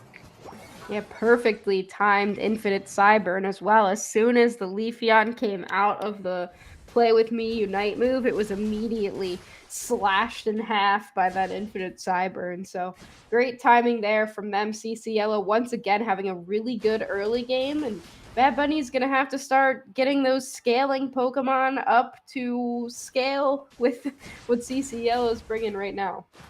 Try to defend this T1 goal zone. Wigglytuff kind of hovering and watching. Now going to engage with a nice little Sing. Safeguard's already up, but it's on the Vaporeon. Ceruledge going to have to go underneath ground to stay alive. Gyarados in the back line hits a Dragon Breath, sending Blissey back to the Shadow Realm. Vaporeon able to go down, or Mimikyu able to take out that Vaporeon, and Wigglytuff still staying up very close in. Gonna get stunned up by the Telekinesis. Ceruledge breaks through all of those shields underneath damage, and it's Wigglytuff going back to the Pokemon Center that time. I mean, at least if you're Latios, you know that this team loves to brawl, so there's going to be a lot of opportunities to just hit your Dragon Pulse and build up some of those stacks, even if you do get dove. Great Revenant Ren here, but into the play rough immediately on top of the Vaporeon. I don't think that's who the Mimikyu looked to hit. We do see that the Leafeon gets taken down here, but the Mimikyu will also be punished. Gyarados, though, jumping in on everybody. Huge double KO streak, looking for 3. Got their 3. Will they be able to get 4? Trying to get it, they will, but they will get punished for it there by the Latios. Latios just trying to hold the door on this T1. Does so fantastically. Also getting these Eon stacks in. Blissey with a great body block. Otherwise, I wonder if Latios goes down right there. These telekinesis are super fun to watch, too. They're hitting some big skill shots and stunning up CC Yellow. Now we have a Regirock on the menu. 2v4 Bad Bunnies with the advantage. We go with the Hydro Typhoon into the eject button, into the Hydro Pump. Blastoise sends that Latios back to the Pokemon Center. Now a Surf into the fellow Water type Vaporeon. This Blastoise making quick work of it. Regieleki goes to CC Yellow on the bottom path as that pushes T2. And it's CC Yellow full sending on this top side. However, Leafeon with a perfect Emerald 2-step to secure the Regirock. Yeah, but in the bottom path, we do see the Gyarados jumping into that back line, trying to get this Regieleki in. Vaporeon is down there, as well as Latios, and the rest of the cavalry is here to defend. We've got Ceruledge now chasing them down. Revenant Ren hits absolutely no one. May as well just use it for fun here, just to chase him off a little bit harder. Yeah, very unfortunate there for Bad Bunnies, but they did accomplish the task of defending that T2 goal zone. And so far, they've held this T1 goal zone. However, this might be a very difficult task there. We have a Side Strike connecting on the Leafeon, sending them back to T2. Vaporeon trying to hold this T1. This little flip turn there onto the Gyarados, but Mimikyu sends them immediately back. Going to look to do some math. 32 in. That is a 29 overcap. CC Yellow extending their advantage. Yeah, not too much you can do there to defend. Not everyone's there, and you know, once one squad's got the momentum, then you're doing pretty well. 40 points trying to go in, just stopped here from the Blastoise, but we can already see that the Latios has gotten a good amount of stacks of their Dragon Pulse in. They're just going to keep hitting this Blastoise. And you do see that the Shred, you know, not too bad here in this late game. Is it going to be enough, though, to win this endgame fight? We'll see. 40 seconds until our Kyogre and CC Yellow in the driver's seat right now. Look at these levels, Huskies. You have 2 level 13s, that Gyarados and the Mimi. Yeah, looking pretty good for them as well. And, you know, you need the Ceruledge to get that level 13 Wigglytuff trying to get 10 points in. Not quite able to. Oh, there it is. All right, 10 points in for the Wigglytuff, you know, I guess. But, and now the Blastoise trying to get them out of here as well. Big Surf on the Leafeon. There's 4 members now chasing down CC Yellow. Could have been a pretty significant int here if you're this Blastoise. If they do end up going down, and they will, Latios will get the credit for that KO, and that's pretty good for them. But the Mimikyu does shadow tag the Latios, decides not to take it. Vaporeon into the back line, and already this fight is breaking out, Kyle. Yeah, Kyogre already starting to get chipped. Nice little shadow tag into there. And Ceruledge goes down. Great KO from the Mimikyu. Blastoise goes down without using the Hydro Typhoon. Gyarados into the front line, able to take down 1, able to take down 2. Vaporeon scrambling. And CC Yellow has knocked down 3 members. Psy Strike going to connect on this Leafeon. Slaps on the menu, boys. Bad Bunnies going down. CC Yellow taking the big fish. Wow, big for CC Yellow. This is looking like it's setting up to be a game 3, but it's not over yet. We do have some Unite moves still available for Bad Bunnies. They could look to defend here. Big 78 points here for this Wigglytuff. Another 3 in the top path, and the rest of CC Yellow is going to try to push into this home goal zone. Going to try to score a little bit more. Might also peel off. There's still 1 minute to play. 300 points separate these two teams exactly. Nice little play there from the Latios. There's that Unite move, looking to try to steal some of these shields away. Oh, no! Revenant Ren misses once again. Hydro Typhoon is going to hit a pair. Ceruledge looking like it going down. Leafeon does go down. Ceruledge eventually going down to this Mimikyu. 3 members down for Bad Bunnies with a 300-point deficit. This one's all but over. Yeah, that was such a great line for the Revenant Rens, too, and everyone just moved out of the way at the perfect time and hit absolutely no one. And yeah, this is much clearer here in game number 2 that there is one advantage, and that is in favor of CC Yellow, which means we get to go to a game number 3, first one that we'll see of the evening. Yeah, what a fantastic engage. Honestly, I love the play from Bad Bunny as they had that Blastoise down, and they had an opportunity. They tried to seize it, but you have to really hand it to that Mimikyu. They hit a Shadow Sneak from downtown, I believe, onto either the Kyogre or the Ceruledge. Either way, result was the same. They were able to take down Ceruledge, and from there, that fight kind of was all Gyarados. Yeah, Ceruledge just didn't seem to have that good of a game, honestly, in this game number 2. They just missed a lot of their moves. They were going really deep into fights they couldn't win. It was just kind of clear that they weren't necessarily in it, and a lot of that was probably because they were playing like they were ahead, but they weren't actually ahead for the entirety of that game. So, even with the Leafeon doing pretty well, 6 KOs for them, the regular Gyarados proving just as strong as the Mega. Who needs it? You can get 10 KOs, 83,000 damage easy with just the regular version of this thing. Yeah, regular Gyarados. Mega was banned. I'm sure I said Mega Gyarados at least once through that match. I'm sure I did. But yeah, either way, looking pretty strong. I think like when you have some of these Mega Pokemon, usually their kits get buffed a little bit on the regular side before they end up getting released. And Gyarados still pretty dang strong all-rounder in their own right, and you're seeing it there. Taking a look at the objectives, Regirocks, actually, I think I got my graphic wrong. 2 Regirocks were earned by the Bad Bunnies through that match, but those are the only objectives that they got.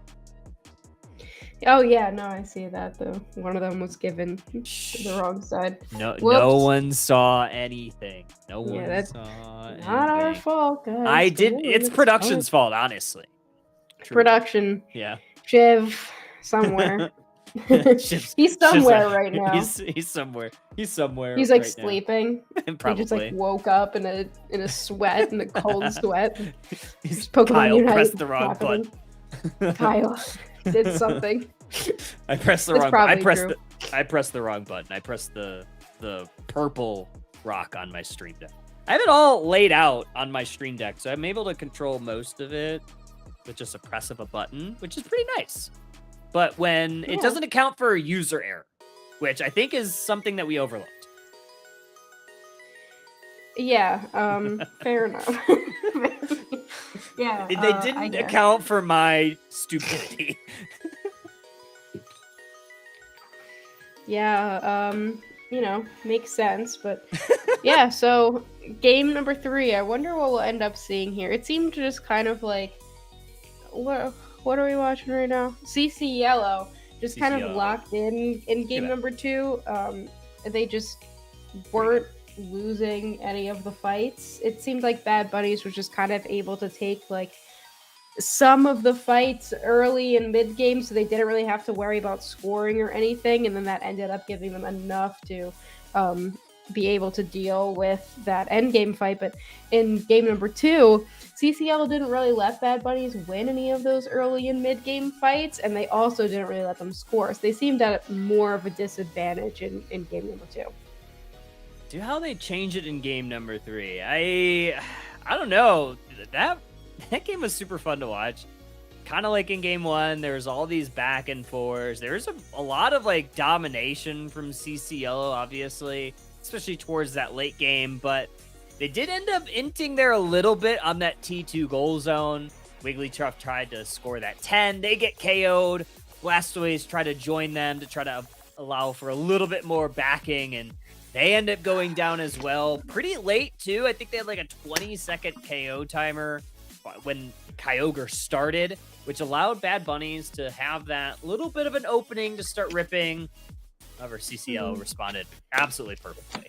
So we'll see if we're going to see any sort of inting by either of these teams. It's my favorite thing to do, personally, but we'll see. Yeah, this is Int City here. And now we're going to game 3, which is even more int. Yeah, I've got nothing. Are we starting soon? Yeah, we are starting soon. Bad Bunny is going to be on our first pick side, and we are going to be on Kyogre one more time. Oh, don't die, please. So game 1 was, were they all? No, game 1 was Groudon, wasn't it? No, they've all been Kyogre this series. Okay, they've all been Kyogre. Game 1 was Groudon in the last one that we casted. Yep, that's right. So, yeah, so these squads seem to like the Kyogre map, which just makes the most sense to me because that's the one we're playing on right now. So if you're just sitting and picking up a couple games of Unite, you're going to play on Kyogre. So it's probably just more second nature for both of these teams to just want to pick the Kyogre so that they don't have to think about the map differences as much. But yeah, I mean, I see why Groudon is also pretty solid too. Yeah, I mean, both of them are really solid. I think, like you said, you're more used to Kyogre. You're able to get those reps in to understand, what your win cons are, especially if you get the Kyogre or if you lose the Kyogre. So I do like seeing teams pick the Kyogre map a little bit more frequently. I think you just have a lot more repetitions on it in those late game situations. You better know what you need to do to win or potentially throw the game and lose, or what not to do to throw the game and lose. But let's get into game number 3. Got the draft going. Bad Bunnies now going to be on your purple side. CC Yellow now going to be on your orange side. And results are mostly the same. A lot of the Mega Pokemon getting better. Yeah, but this time, Bad Bunnies is going to take out the Blastoise. They don't want to deal with that. So either they, don't want to have to first pick it, or they don't want to give it over in that second pick. So they're just going to be the ones to ban it out.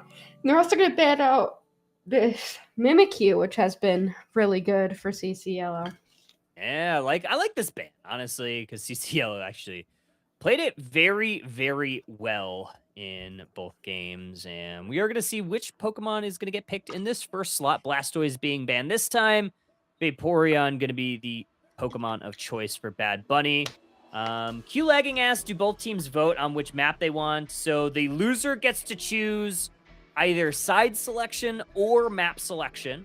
So if the loser chooses that they want side selection, they'll choose side selection and which side that they want, which will allow the other team to choose map selection. If the loser decides that they would rather have map selection, they will choose the map, and then the other team will choose either first or second pick.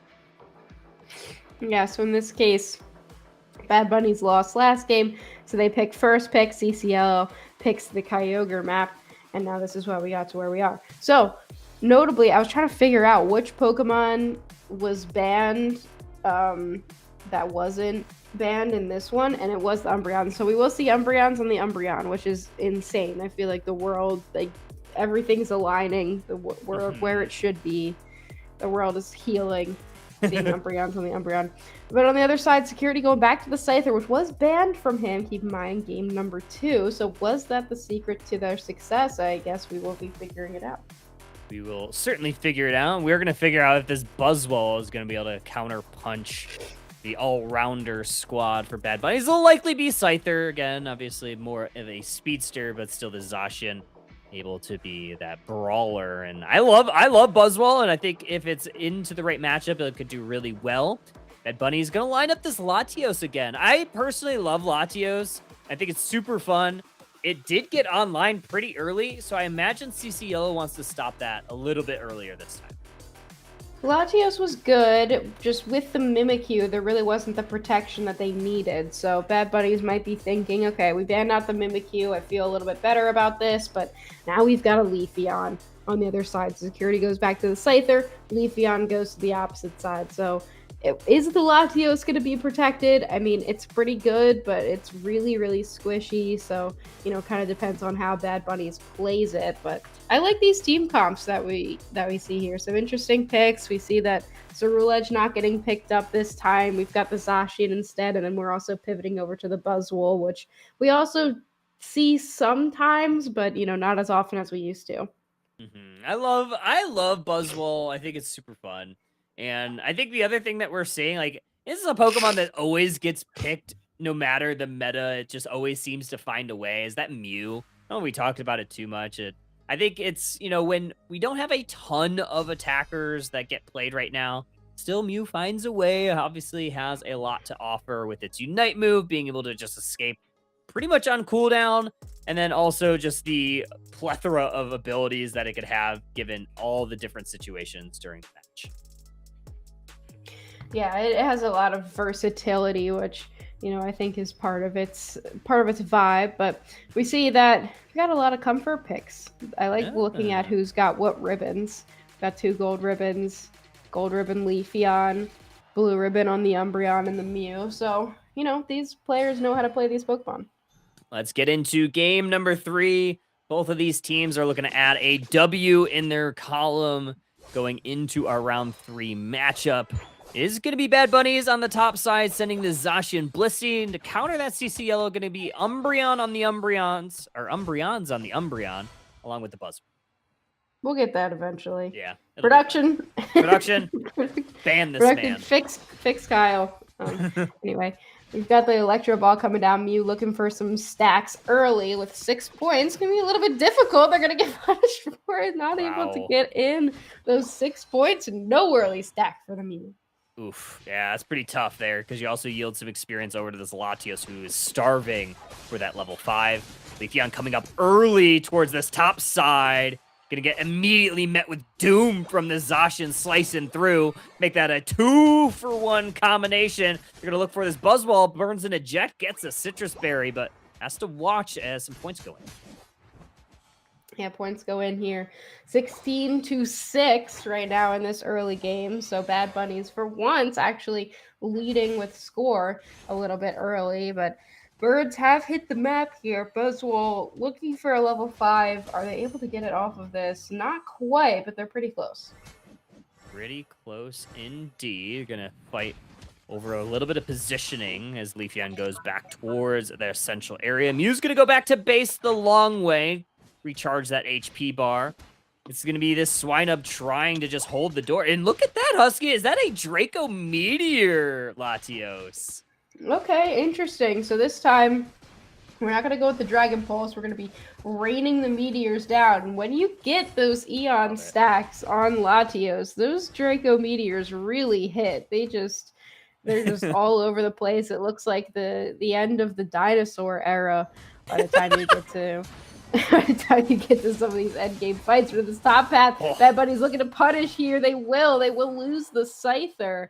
But Blissey and Zacian will clean it up with a 2 KO streak for this Blissey. Yeah, just slapping them with that helping hand boosted auto. Very good stuff here for Bad Bunnies. The mean look, not mean enough. Regidrago still on the menu in the central area. Neither team has really pivoted towards it just yet. Piloswine hiding in the tall grass. Vaporeon trying to snuff them out, seeing if they could score this 22 points in. Instead, they are going to just hold this out, maybe go for this Regidrago. Oh, they're going to connect with some Dracos onto the Piloswine and snuff out exactly where they are. Go for those 720 birds. Bad Bunnies clears up most of them. Latios going to want to do their best just to throw some meteors down. Just if you connect at all, it gives you a couple stacks of the Eon power. So just doing that as much as possible is really going to be the name of the game here for this Latios. So if they can just, even if they have to walk a little bit too far forward in this early game, you know, that's the time where you're going to want to int a little bit. Maybe just a little bit. A little bit of inting as a treat is always fine. Nice little pull there. Oh my goodness, the Emerald two-step starting to work for CC Yellow. However, Scyther, the green illusion dive is better than the Emerald there as they get a 3-piece combo. Looking to score into this T1 goal zone. Gonna leave this at 3. See if we can get this Regieleki in. Actually break this goal zone before Zacian's able to rip it down. And CC Yellow going to try to respond, but it's going to be a little too late. Yeah, I mean, we're seeing why this Scyther was banned out from security in game number 2. They're just doing so well with it. They have at level 10 already, and we don't even have the Leafeon there just yet. Buzzwole just now taking into that level 9, so not too bad here for CC Yellow, but they're definitely not used to being behind at this point in the game. Regirock on the menu now. Bad Bunny is now peeling towards this while CC Yellow has to deal with that Regieleki. Able to clear it off pretty quickly. Now they're going to make their way towards this T1 goal zone. Nice little Ice Fang going to separate the Scyther away from the fight. Another Emerald two-step. They're going to take out the Blissey. Umbreon going to steal some of those shields away. Nice little play there for Bad Bunny's. Mew tries to eject Beam. Unable to hit that Scyther. Close them out. More meteors fall into the sky from this Latios. Mystical Mirage going to hit the mark here for CC Yellow. Another Solar Beam. And they're going to hit that. Muted Auto, unfortunately, connects on the Swablu family. Instead, it's going to be Bad Bunnies pressing forward. Blissful Assistance now. They're going to continue pushing. This fight's lasted forever. Piloswine holding the door zone, but unfortunately, going to not get a push in for Bad Bunnies. CC Yellow able to hold. Yeah, Buzzwole, though, came up from the top and I guess, down from the top. I don't know why I said up. When it's up, you go down, and that means that it went down. Anyway, Buzzwole came down and ended up getting a triple KO streak, just walked right up to the Latios, and Bad Bunnies was kind of like, oh, I forgot there was a whole other Pokemon that we weren't accounting for here, and they were able to just easily get a couple KOs, but easily getting a KO up in the top path is the Zashi, and just one quick Metal Claw, and that Mew is absolutely demolished. Yeah, there's a couple moments there, Mew, I think, kind of a victim of an unfortunate auto lock. I think their Mucid auto, they tried to get it on the Latios, but it connected on the Altaria, and then they get immediately blasted by the Unite move from Latios. Buzzwole gonna be in a little bit of a bind here. 1v4, gonna get sliced down by the Zacian. Now CC Yellow's making their way towards this Regieleki, and they should be able to clear it pretty quick. Yeah, it was a valiant attempt from that Buzzwole, but Bad Bunny is going to be easily able to get this one. Still, CCL on the bottom path able to get some good points in. Now 158, just Vaporeon trying to deal with this and see if they can defend against this 40 points trying to go in from this Mamoswine, and it looks like it will be enough to chase them out because Bad Bunny's sending this Regieleki walking, and it will be able to break this goal zone. What a huge oversight from CCL. Oh my gosh, look at all these meteors falling down too, just dishing out tons of damage for Bad Bunnies. And they have a pretty good lead now, 211, 158, 330. There's also still this basement Reggie that either team could go for, but they're mostly fighting for positioning because both of these T1s are up. Yeah, it was a really weird decision for CCL. You had 3 members down on this bottom path trying to push against one Vaporeon, while Regieleki was walking up at the top path. I don't think they expected them to push it in that far, but all 4 members were up there, and they were easily able to win that fight. I just don't think that CC Yellow actually expected them to, but they do have good positioning for this Regice, and look at those Draco Meteors. Now, at this point in the match, they are just hitting, and this Mamoswine has to use a Unite move just to get out there. That's a late Unite move, especially for a Mamoswine. Very late Unite move. Mew's going to connect with an Electro Ball secure for that Regice. However, a ton of points went into that home goal zone from Bad Bunny, so they're happily going to yield that for that exchange. Now, all 5 members of CC Yellow down in the bottom path. Again, Leafeon going for the Vaporeon, unable to connect the KO. Very high HP pool for this Vaporeon. Another set of meteors going to connect on that Mew. And they are raining down hard right now. Well, now that there's so many stacks on the Draco Meteors, you could just kind of toss them anywhere, and it's just going to throw meteor after meteor down. It does so much more damage than you think it does, especially because it's so weak in that early game. I think the problem is going to be if this Latios gets dove by this Leafeon, you know, it could end up being game over. You don't have that consistent area effect damage, but they've been playing around it really well. The Vaporeon as well has been doing a great job of insulating them, and you know, it's going to kind of be up to this Scyther to start this fight when they feel like it, or this Leafeon on their side to start this fight, get a good pick, and we still could see this go either way. Really could. Mucid Auto connects on the Vaporeon. Kyogre going to attack the Mew.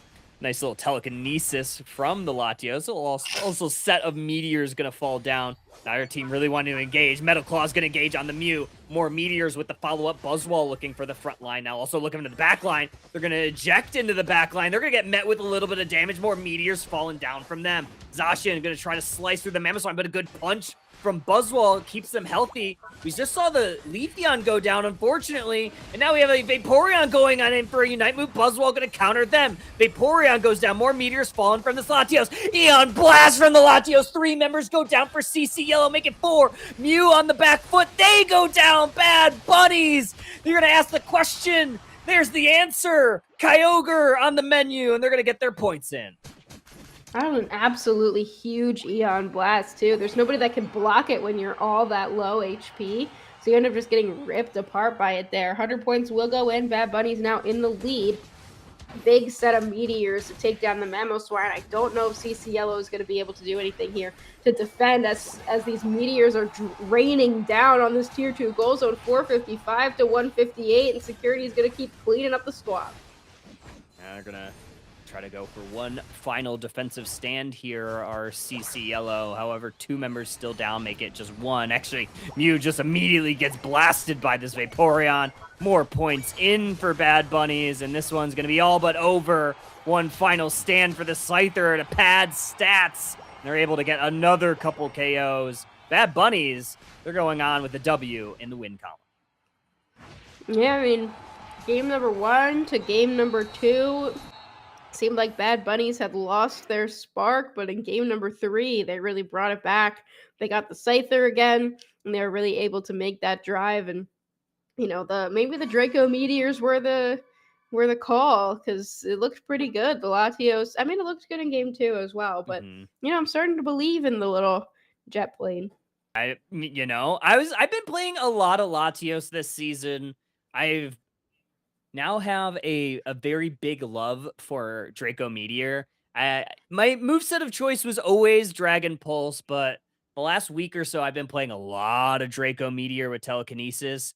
And I tell you, I have been having a lot of fun with it. It's just so funny at the end game, just seeing all of them just come smashing down and just blasting them. And especially when you have like teams that kind of want to group up a little bit, it makes it really easy to get those stacks.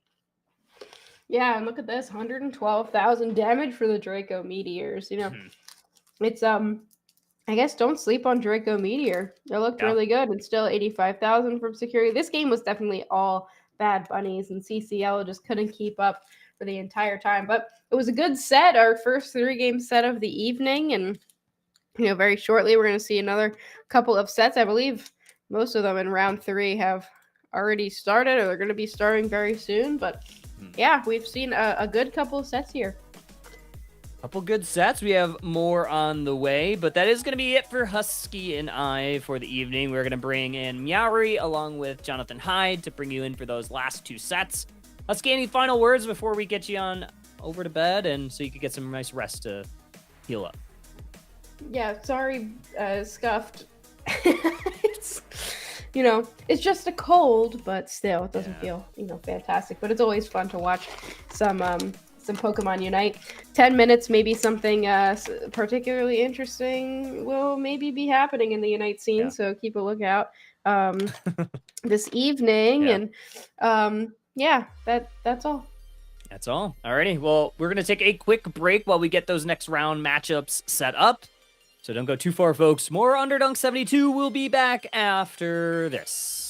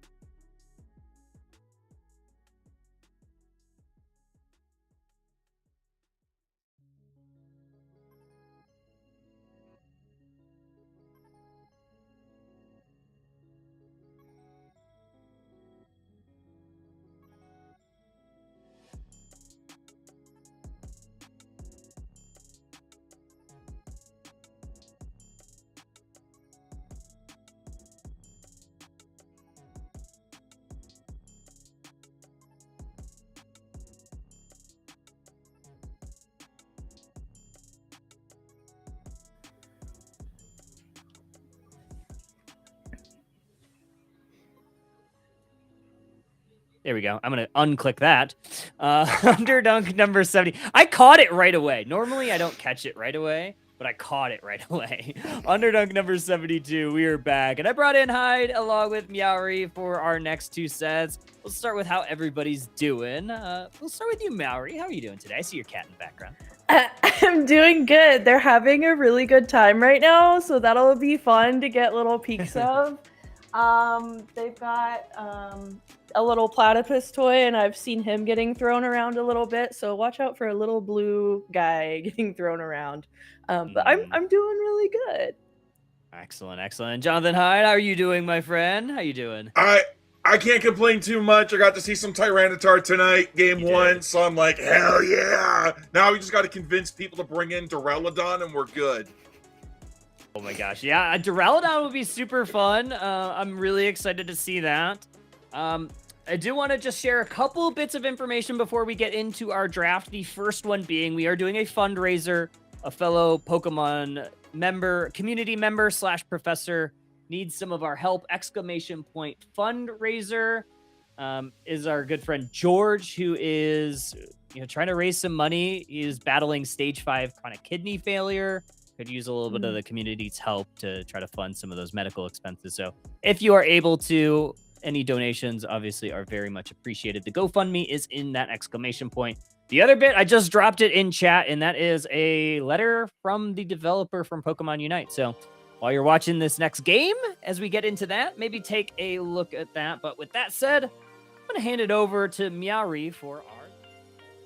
Yeah, so it looks like we are heading into the draft here. We've got Phantom Thieves versus Final Exam here. Vaporeon is immediately banned out by Phantom Thieves alongside Umbreon. No Eevee love so far from them. Final Exam going with the Psyduck ban, and we're looking at a Mega Lucario next. I mean, Final Exam has Elopappy. Elopappy has Sylveon. If you want to round out the triple EVs, you got to throw the Sylveon up there. But it looks like Phantom Thieves is not going that route. They said, listen, Darkrai's a little bit more dangerous in their hands, so we got to take care of that sucker. We got to get them out of here. Now Elopappy's the one in the ban slot. Now they're like, oh crap, we can't ban the Sylveon out. That's against me. Who do we want to ban out though? Urshifu has seen a resurgence lately, and Final Exam does not want to see it. No, they do not want to see it. I am interested to see who Banana Tailpipe decides to go ahead and pick up for their team first, whether or not they go for one of their own supports or if they go for that tank pick there. Looks like they're going ahead and grabbing Mega Charizard. Why here? Banned so incredibly often in these tournaments. Or did I say banned? Picked so incredibly often when it's not banned. And we have Mega Gyarados picked for the side of Final Exam alongside the turtle that I thought was going to Phantom Thieves. Yeah, the two most powerful Mega Pokemon in the game picked right off the bat. Not surprising to see both teams pick it up right off the bat there. But great support options coming in as well. JC on the Blastoise, Robin on the Mr. Mime.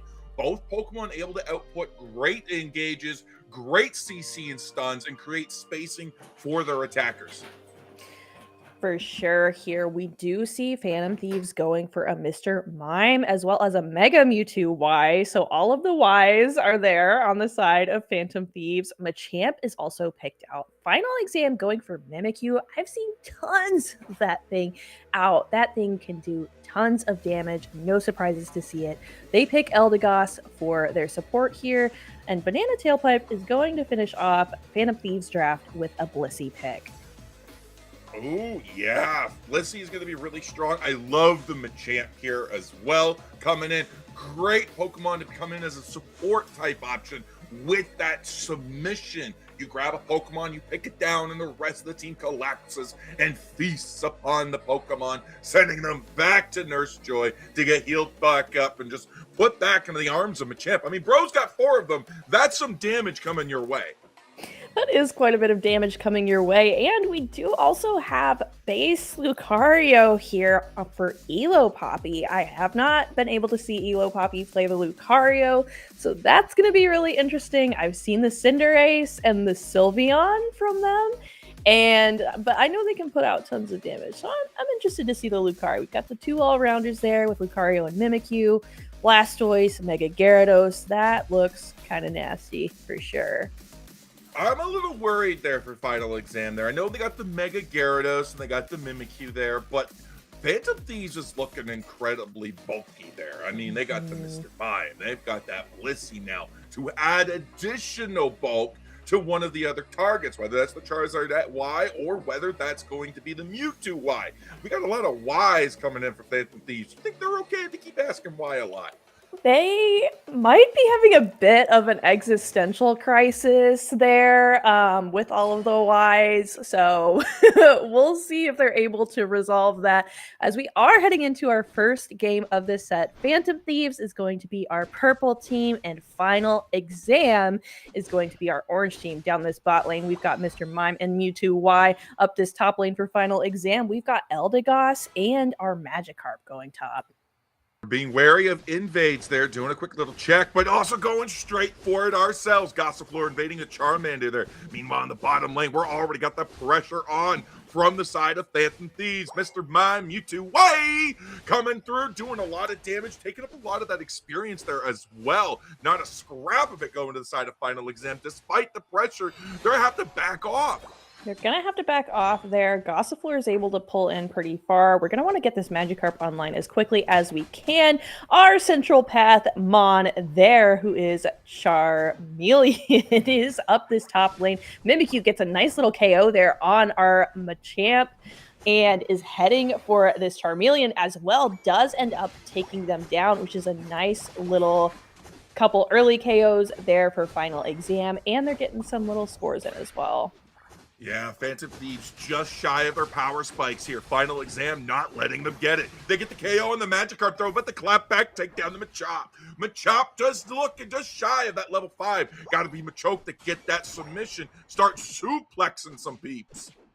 For sure. And we do see here down this bot lane, Lucario is trying to snag as much farm as they can from this Mr. Mime here. We're getting some scores in down this bot lane as well. 10-68. Mewtwo Y is mega, though. He is putting in tons of work here. This bot lane is suddenly empty. Mime gets a 2 KO streak here, and Phantom Thieves puts more points on their side of the board. Submission now online there for the Machoke. There's a grabs the Gyarados, going straight in for the damage, but the damage was too great for Final Exam. They must have studied because they took it down lickety-split. Now they're looking to take down Charmeleon. It's also gone. Denying Blissey and Berry as they put the scores in, but getting the stacks and putting on the attack weight. They are indeed. They're really going back and forth pretty early in this game here. Lucario is still getting some stacks in where they need it here.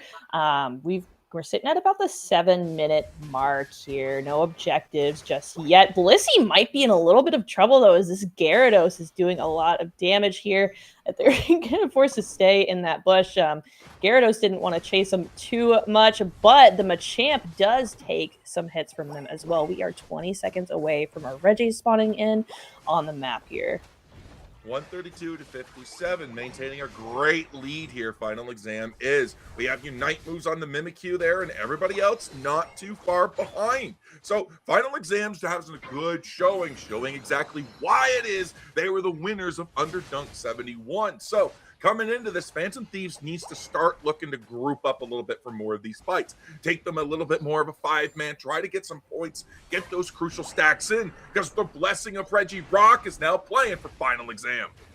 It is indeed. Mimikyu is leading them on those levels there. We saw a little bit of an engage there. Gyarados is able to pull away, grab some berries, though. Lucario's taking no prisoners, though, but they decide to not go ahead and score. They just get that KO, and they pull away from that pad. Final Exam is also looking like they're positioned pretty nicely to go ahead and take this Regieleki for their side as well. Eldegoss gets the last hit. Mewtwo Y might be mega, but that is not looking like it will be enough for this Mimikyu here. Skeleton Pie laying down the beatdown. Lots of auto attacks coming in from it. Huge damage coming in as they're able to take down the Mimikyu now. They're on the chase with Christian there. Hit them with the Psy Strike. Lots of damage coming through. But there's the Elo Poppy. They're getting ulted. The Charizard Y Seismic Slam coming down. And they're pushing this pad hard. Yeah, no, Phantom Thieves did a really great job pulling down, grabbing that Mimikyu out, getting the good KO on that there. That's a good pick for them. The Blastoise is pretty low here for final exam. Great job. They've got that tier 1 down. Mine might be in trouble, though, as the Gyarados does come out. He's a mega. He's ulting. That's a 2 KO streak back for the side of final exam. 40 points in the pocket, Mega Evolution online, but there's Machamp. It's got the Barrage Blow in the pocket as well. It's ready to go. It's ready to flaunt it, but no! They get the KO. Lickety-split. Can't stop it there. The Mewtwo keeps targeting the Mimikyu. They're able to break the pad, furthering their lead, 259 to 121. 259 to 121. We're at the 5-minute mark here. Another Reggie will be spawning in 15 seconds. And you look at the points on the board here, you look at the levels, and it's final exam that's currently in the lead, but the Seismic Slam comes out once again, Hyde. Seismic Slam definitely come down to play with me. Mimikyu says, listen, come down here from your high pedestal. Get off your high horse, because we're going in. Get the 2 KO streak as Mr. Mime is taken down. Now the Machamp is gone as well. Final exam is keeping the pressure on, but we clap back and take down the Mimikyu. Final exam's pressure there. Their momentum disrupted there as Registeel said, hi guys, I'm here too. I'm here too, and he does go ahead and take some hits here. It's at about half health. This Gyarados is just able to, oh my goodness, the Blissey! It's the Blissey Banana Tailpipe snagging away the Registeel from final exam there. Huge ults are coming out here. This top path is just a war as the Mega Gyarados is out here fighting through that Flex Zone. The Blissey ult comes out on the Mega Mewtwo Y as well. And final exam is pulling away once again. There could be another Registeel in the future there. I mean, but whoever it is, that's Kyogre that's going to be on the first map here. They got to watch out because you thought Blaziken was the king of Sakura. Well, Blissey here to make sure that they are crowned the actual king. They're crowned. They're going for the title there, Meowri. So we got 90 seconds left now until that Kyogre spawns. 187 to 266 there. So final exams looking pretty there, but the levels from Phantom Thieves slowly creeping up. And you do see the Play With Me come out there. 2 KO streak from the Machamp. The Mimikyu is down once more. The Seismic Slam also came out on the side of Phantom Thieves. They're going to have to go farm those ults back quickly here. But yeah, Blissey is such a threat when it comes to these secures, and things are just moving so quickly. The Regieleki is snagged by Phantom Thieves once again with really not any contest there from final exam. The clock is ticking down. Kyogre's looking hungry. They're like, listen, I'm almost here. That timer's coming in 13 seconds, and then doom and gloom be upon ye. But until then, 20 seconds till the next Reggie Roulette up in the top lane. That is enough time for one of the teams to rip it if they choose. But with the amount of time on the clock there, that could allow for the opposing team to get that crucial positioning in that central path. It could, and we'll see what they decide. I think final exam and Phantom Thieves could potentially rip that down with enough time, but they're not electing to do so. We're choosing to get our pit positioning here. Mimikyu and this Mega Charizard are sitting at level 14. They're absolutely huge. So they are going to be key players to watch out for during this fight. It looks like we're getting started.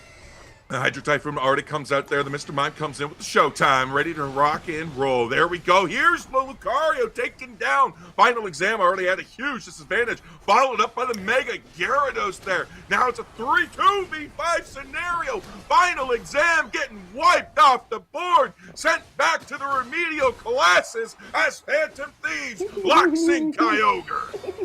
So the Kyogre is going to be grabbed by Phantom Thieves here. Machamp taking that last hit on it there, and we are heading towards this bottom tier 2 right now. Elo Poppy, the sole defender of this pad. We just go ahead and decide to back off to home pad here, but we could score twice here. That's a lot of points there for Phantom Thieves. And already that puts them in a nice little lead, but there's still a minute left of the match. What can we do to recuperate here, Hyde? What can we do to turn this back in our favor?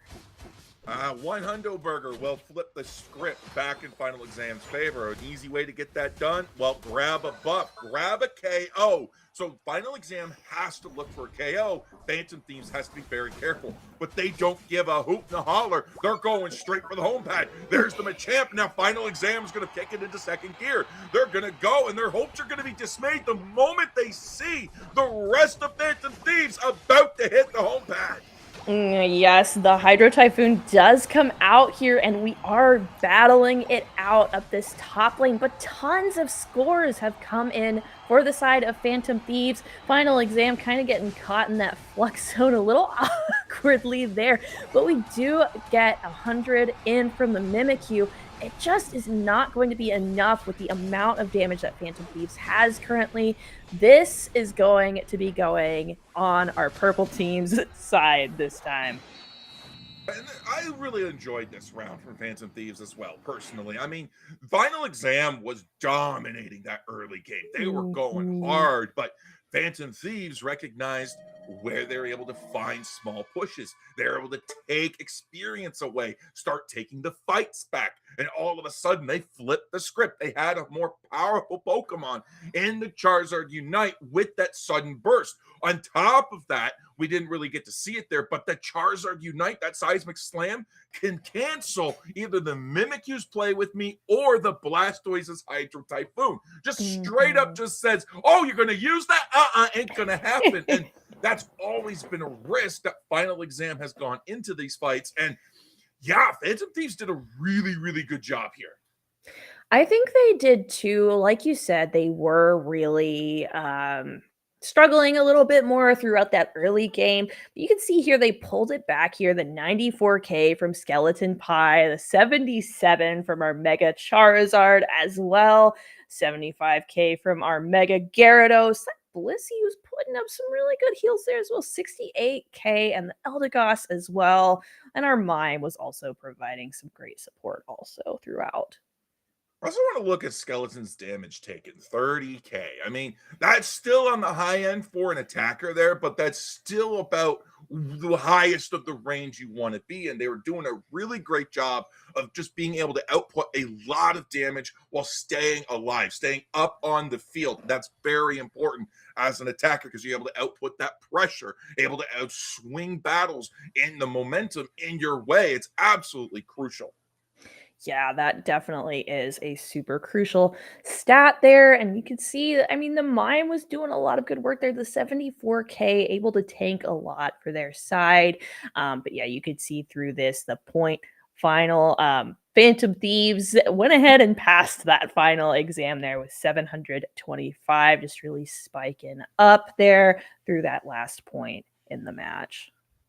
Yeah, and they had a control too early game Final Exam. That's what I loved about them too, is that they had really great early game control. They just started losing it off. But where Phantom Thieves came back, they also found really good KOs on Final Exam where they had those big beefy guys and they're just like gone, deleted, wiped off the map, and a comeback experience boosted them the extra level and a half that they needed to help them hit their hot power spikes, their evolutions, Unite moves. So you have to be very careful when you are ahead because making pushes becomes that much more dangerous.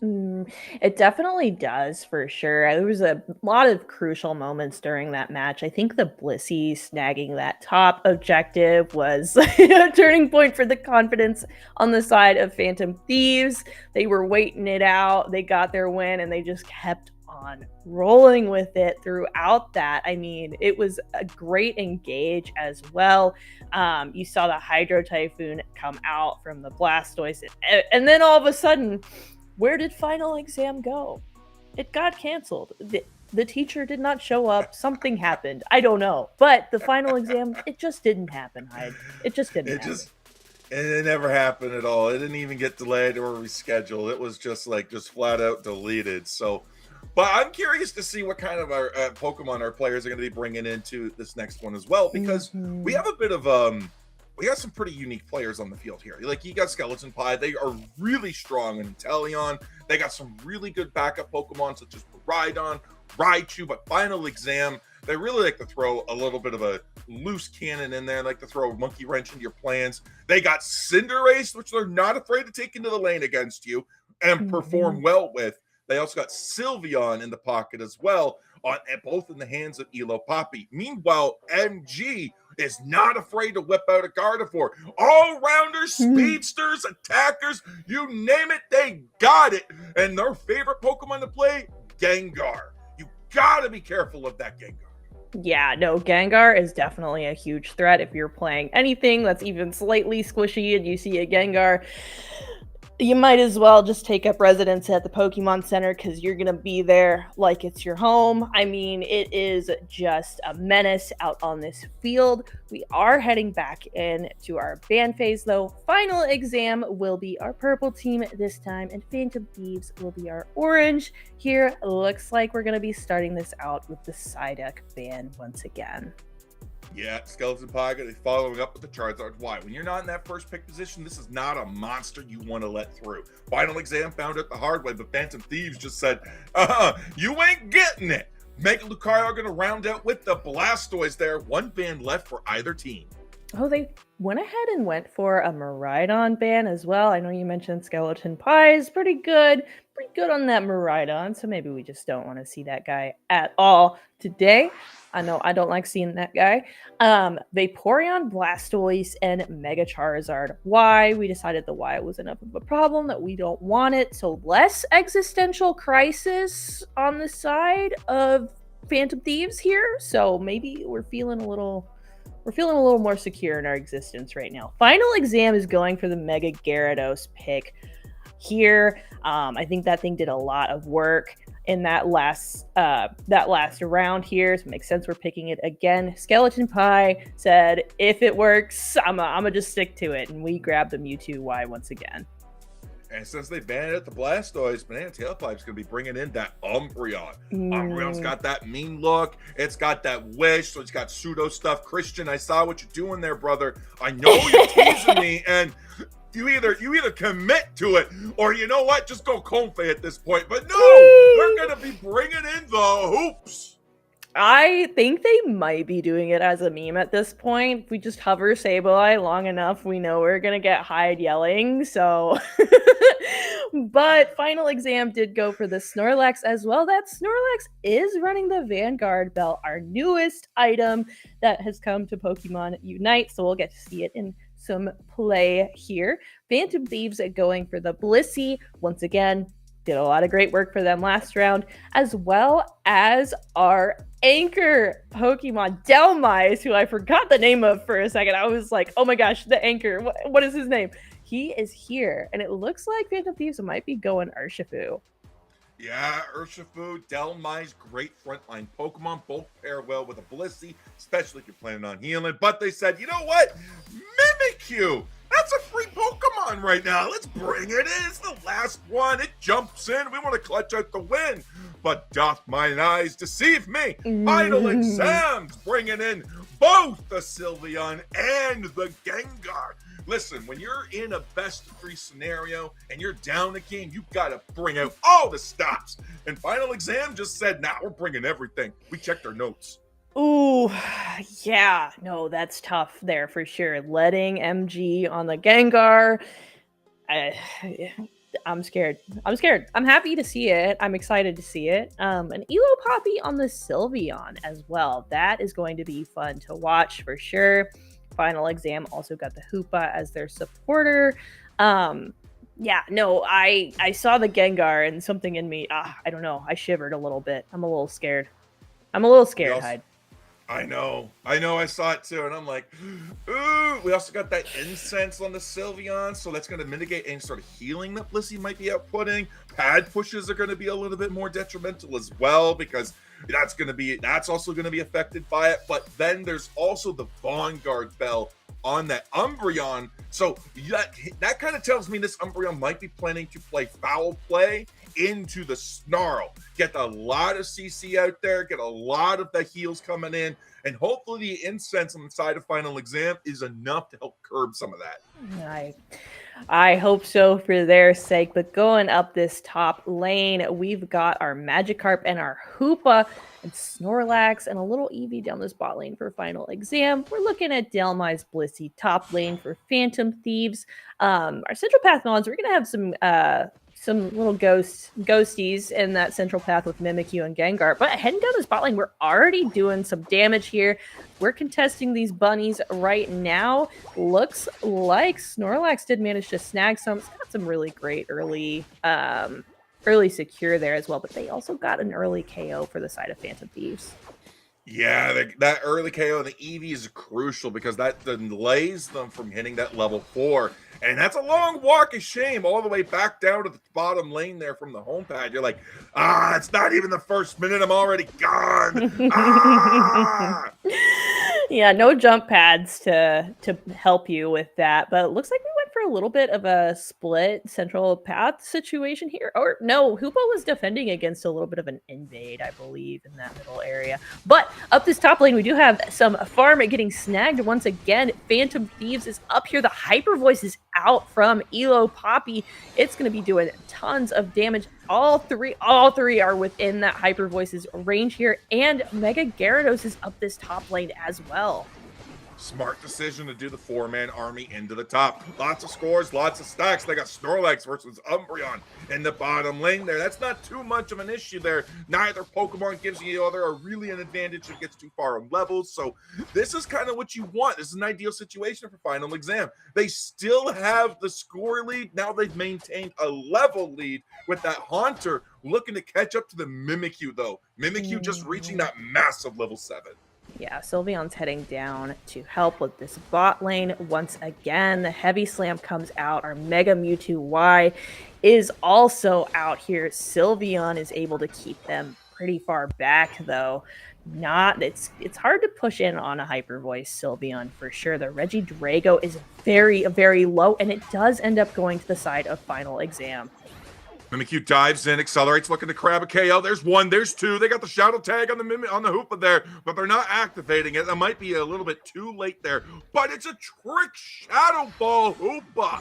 Oh, this could be looking to get that excellent there with that special defense drop for the Haunter, but immediately Mewtwo Y is take KO'd. Mimikyu's looking down. There's the screaming Sylveon coming out, screaming out on Phantom Thieves, taking them down one by one. One by one indeed. Final exam is putting them to the test here. If you make the team name, I'm a make jokes about it. And I'm not going to stop. This Delmai's is in trouble, though, as the Hyper Voice comes out, getting that last little bit of damage that it was on.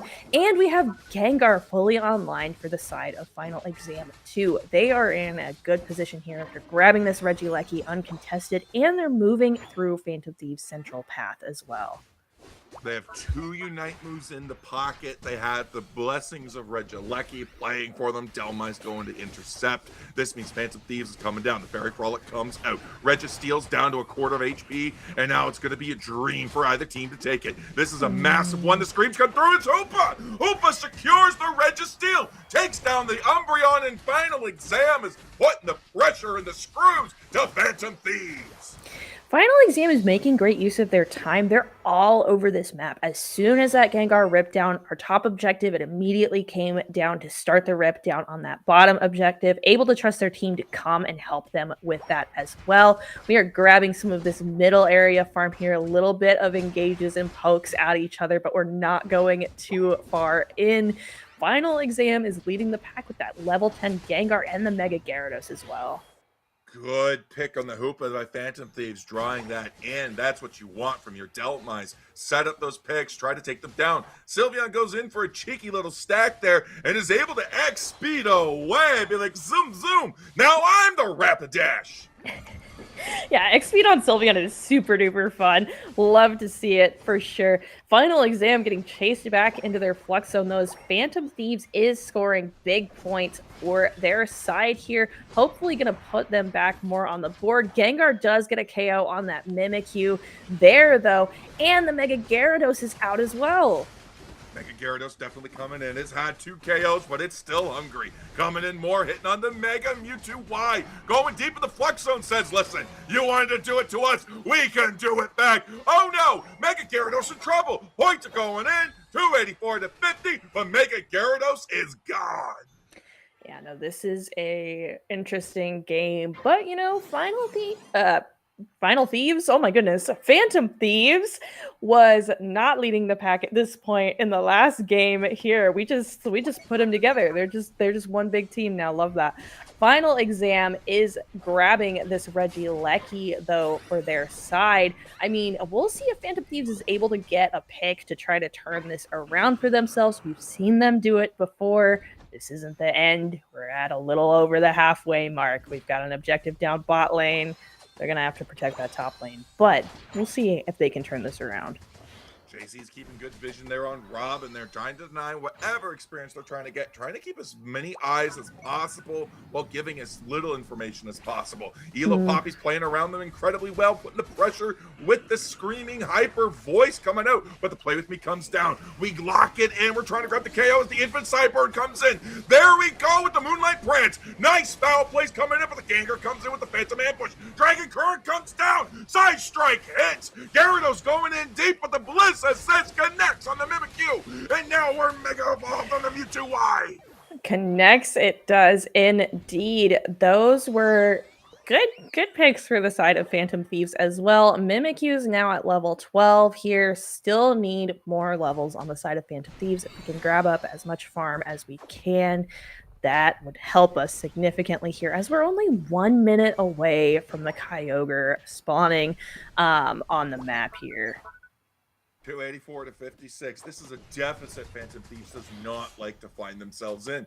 JC being an absolute nuisance of a player on this team for that Robin. Poor Robin getting bullied by JC and Elo Poppy. Listen, nobody taught them how. Maybe this is why Final Exam failed game 1 there. They were just getting a little bit too greedy. The principal said, you ain't moving on no matter what, all right? 17 seconds till Regieleki comes in, though. Players are looking to be setting up for it. They are looking to be setting up for it. They've got what they need, but the huge Delmice crabs come out. But Delmice is in trouble, though. They went a little bit too far in there. They've got the Gyarados. They've got the Sylveon behind them. Just so much damage on the side of Final Exam here. I mean, it's going to be really tough to fight them in this final fight, as they've got their top players on their top picks here. Yeah, 13 seconds now till Kyogre spawns in. Final Exam looking real pretty. They don't have to make a move. Phantom Thieves has to be the players that makes the move. They have to be the team that goes in. But Kyogre's here. The Anchor Shot goes in. We miss it. There's not a whole lot of action going on here. There's not a lot of action going on here. We've got some hyper voices going out, just screaming into the void, but there's nothing to hit with. It looks like we're starting, though, as the Rings Unbound are coming out. Yeah, the Ring is Unbound coming out. The Power Nap goes through. We're trying to take down JC as boom, boom, instantly. Phantom Thieves is hit down into the Shadow Realm with a third one following on the Mimikyu. Mewtwo Y comes in, hits with the Side Strike there as Mega Gyarados is hunting it down. Chopping, looking for that. The rip on Kyogre's gone. MG claims it as Gengar there as we finally connect with Seymour onto the Mewtwo Y.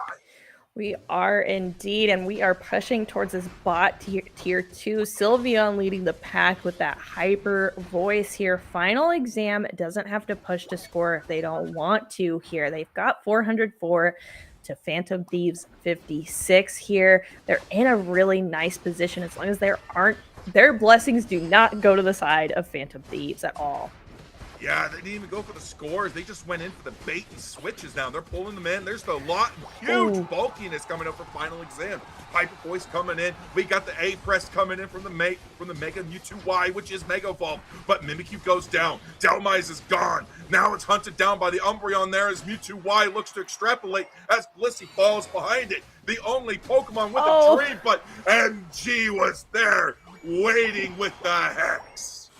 Yeah, that was brutal to see. You're running away from a pack of 4 people, and then all of a sudden, there's a Gengar in front of you. The Gengar MG's big player there. The Rings Unbound are out once again.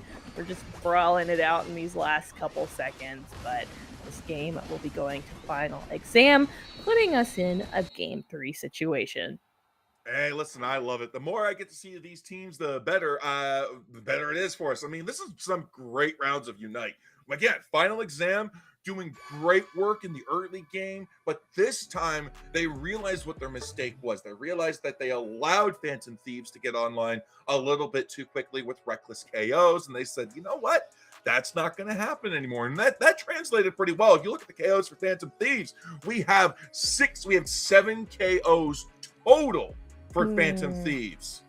Yeah, no, that is definitely a much more rough position to be in than they were in this last game. They just weren't able to pull it back the way they were for the first one. So I'm going to go back to the drawing board here. I do wonder if that Gengar or that Sylveon are going to get a ban for this next game here. As we do see the Sylveon got a whole 87k worth of damage with that Hyper Voice. Just tons on the side of final exam in general here. 68, 69, 108k damage from the Mega Gyarados. I mean, that is just tons. But Skeleton Pie was also putting out tons of damage with 70 as well. Blissey was really trying to keep everyone healed up as much as possible. The Umbreon was tanking where they could. They just weren't able to get the picks that they needed to put them in a much better spot. I just want to say 69k damage on a Hoopa is insane. Trick Shadow Ball, those special defense debuffs with the stuns. Christian was on fire with that Pokemon. Out damaged their jungler, their central lane Pokemon got out damaged by the support. That's huge. And if we look at the score lines here as well, we did a great job of just shutting down Phantom Thieves at any opportunity that they could to try to get points on the board. I mean, the last score they got was at 8 minutes, which was only a few points. It was like a 3 cap there to pull you up to 56. It just wasn't enough. This was a completely different teams on the board today. Phantom Thieves got completely shut down. Final exam found their groove. Now, coming into game 3, we saw some unique picks here. Pokemon you can't really ban out in a normal scenario of Gengar and Sylveon there. So I'm wondering if Phantom Thieves is going to pivot and one of their bans to hit one of these Pokemon. Yeah, it definitely is an interesting situation. But as these teams get to know each other and play each other, like that one was really annoying to deal with. I think Gengar in the right hands is just a menace to deal with. It has been for a while. Normally when I see it out in the wild, I'm like, oh, this isn't gonna be too bad. But then like if it's a good Mimikyu player, I regret everything. It's so sad. And if I saw MG on ladder with the Gengar, I think I would start crying. I would still play the game out because I'm not that guy, but I think I would cry.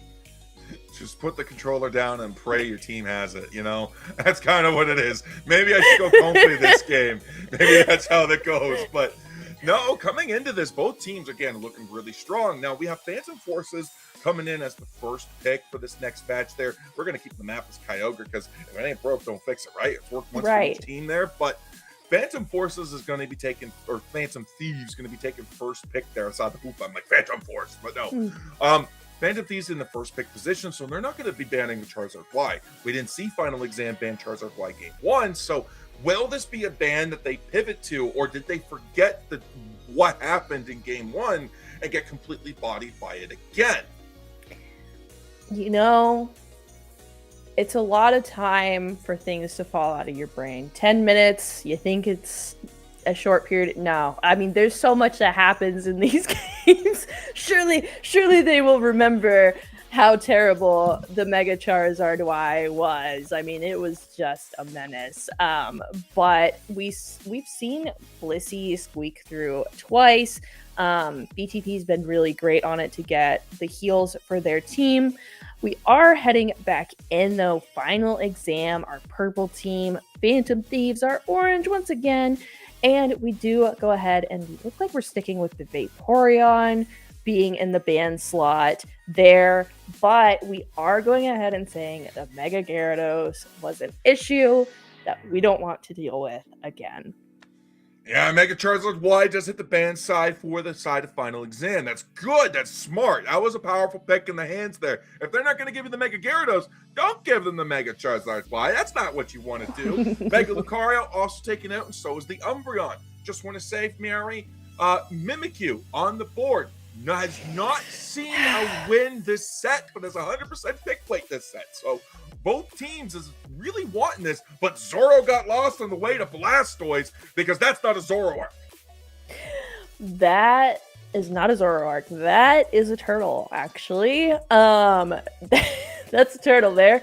Not a fox, but Final Exam is going for something interesting here. It looks like we're looking at Snorlax and the Metagross pick right with it as well. I mean, yeah, if they went Comfey, I swear, I heard Mimikyu and I shake my head. That thing, don't mention it around me. It's a sore subject. It's a sore subject. But it looks like we're going for Urshifu on the side of Phantom Thieves. Yeah, and we're hovering the Hoopa as well. We're going to bring Hoopa in for our side. Work for Final Exam. Now it's going to work for the side of Phantom Thieves. That's the hope. But Mimikyu playing into Final Exam. Can we break the curse of the set? The Mimikyu curse of 0% win rate, 100% pick rate. And Christian just said, you know what, Banana? Yeah, Elder Goss, that's a pretty good supporter. My Seymour needs some puffs. Yeah, we've loved the LD for sure. The Mimikyu's gotten love, but not given love in a win for either of these teams. Skeleton Pie going for the Gardevoir pick here. I think that's going to be really interesting to watch. We've seen it be able to put out tons of damage for these teams, as well as the Trevenant pick as well here. Yeah, lots of good range on Gardevoir. Punishes grouping up, which Metagross does like to do with its crushing compute. So, but we have Elo Poppy going to toe-to-toe on the attackers there, but this time they're picking the Pikachu there. So they don't have quite the same range as the Gardevoir there, but they are able to isolate certain targets with that Volt Tackle, or even punish AO with AoE, such as the Thunderbolt combo. So both teams are looking pretty strong there. I'm not sure which one I like more. What about you, Meowri? Whose comp do you like more?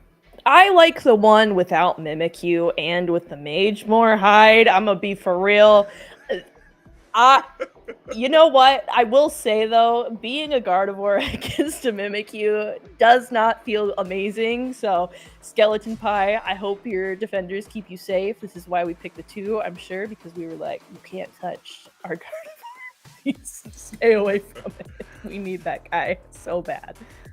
Absolutely, absolutely. I'm excited to see Seymour on this Metagross. This is a Pokemon that is in their pocket. They do a lot of great things with it there, but not a whole lot of front line to go up against Phantom Thieves, and they did 1-2 pick the Metagross early on as well, despite of being able to hide that damage behind that Pokemon later in the draft. So it's going to be interesting to see how they deal with it, because again, level 9 evolution, very late scaling Pokemon, but once it's online, does a lot of good work. For sure, and we do see the Gardevoir going for the lane here. The Urshifu is going to be our central path Mon for Phantom Thieves. Looks like Final Exam is putting the Mimikyu over in their central path there, and we are looking to give the Gossifleur the red buff, or potentially just trying to scope out if there's an invade there. But Gardevoir in the lane is going to be interesting. We're going to want to try to get that thing its levels early. It takes a long time to scale that thing, so we'll see how quickly they're able to get that guy online.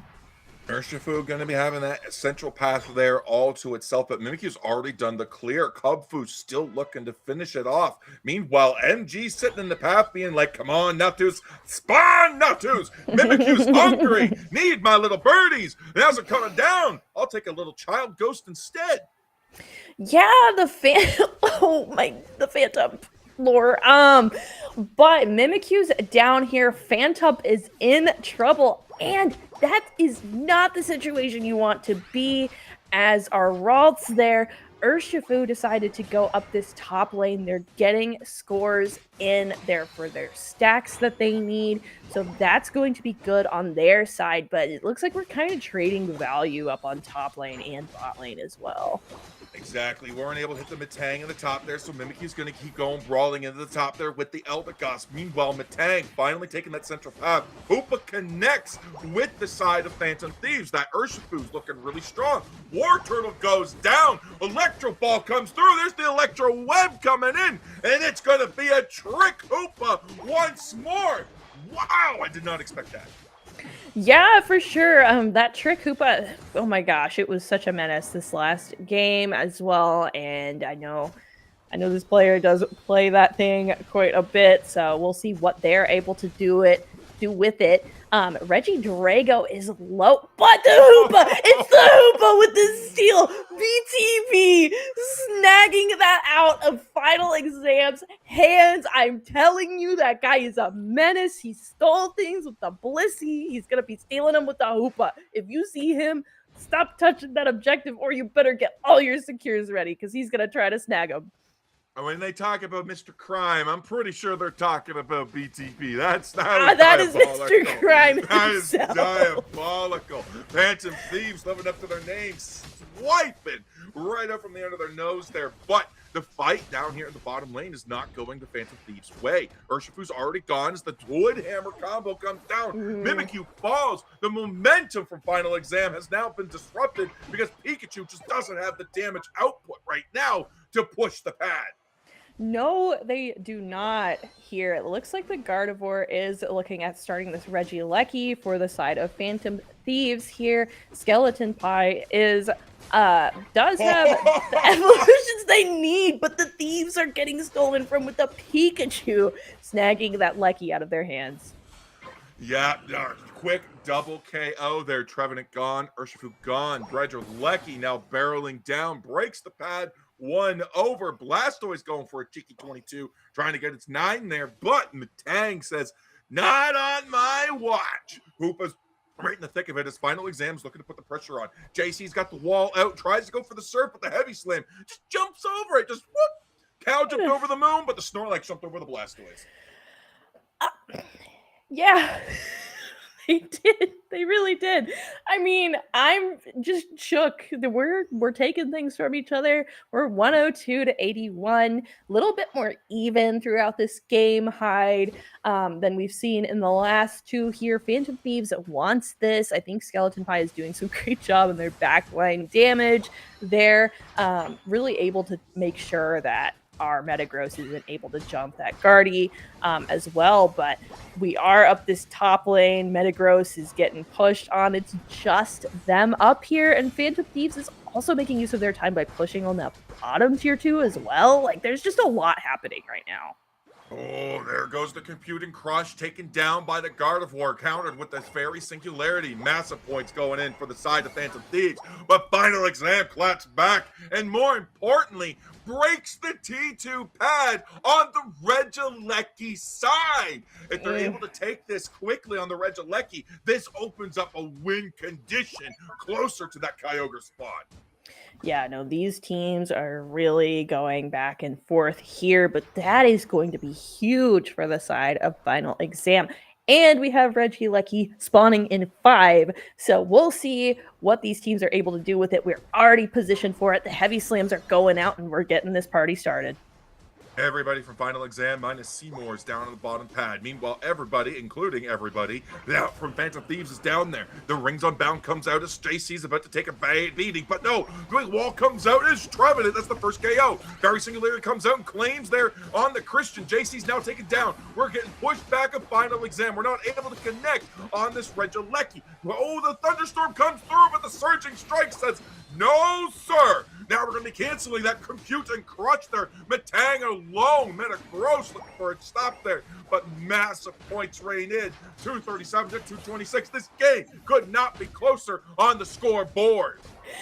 No, it could not. Here as Phantom Thieves snags the Regieleki. They said, you might have broken all of our pads, but we're going to take the Regieleki from you. We don't want you to have that and walk that up near our home pad. That is not an ideal situation for us.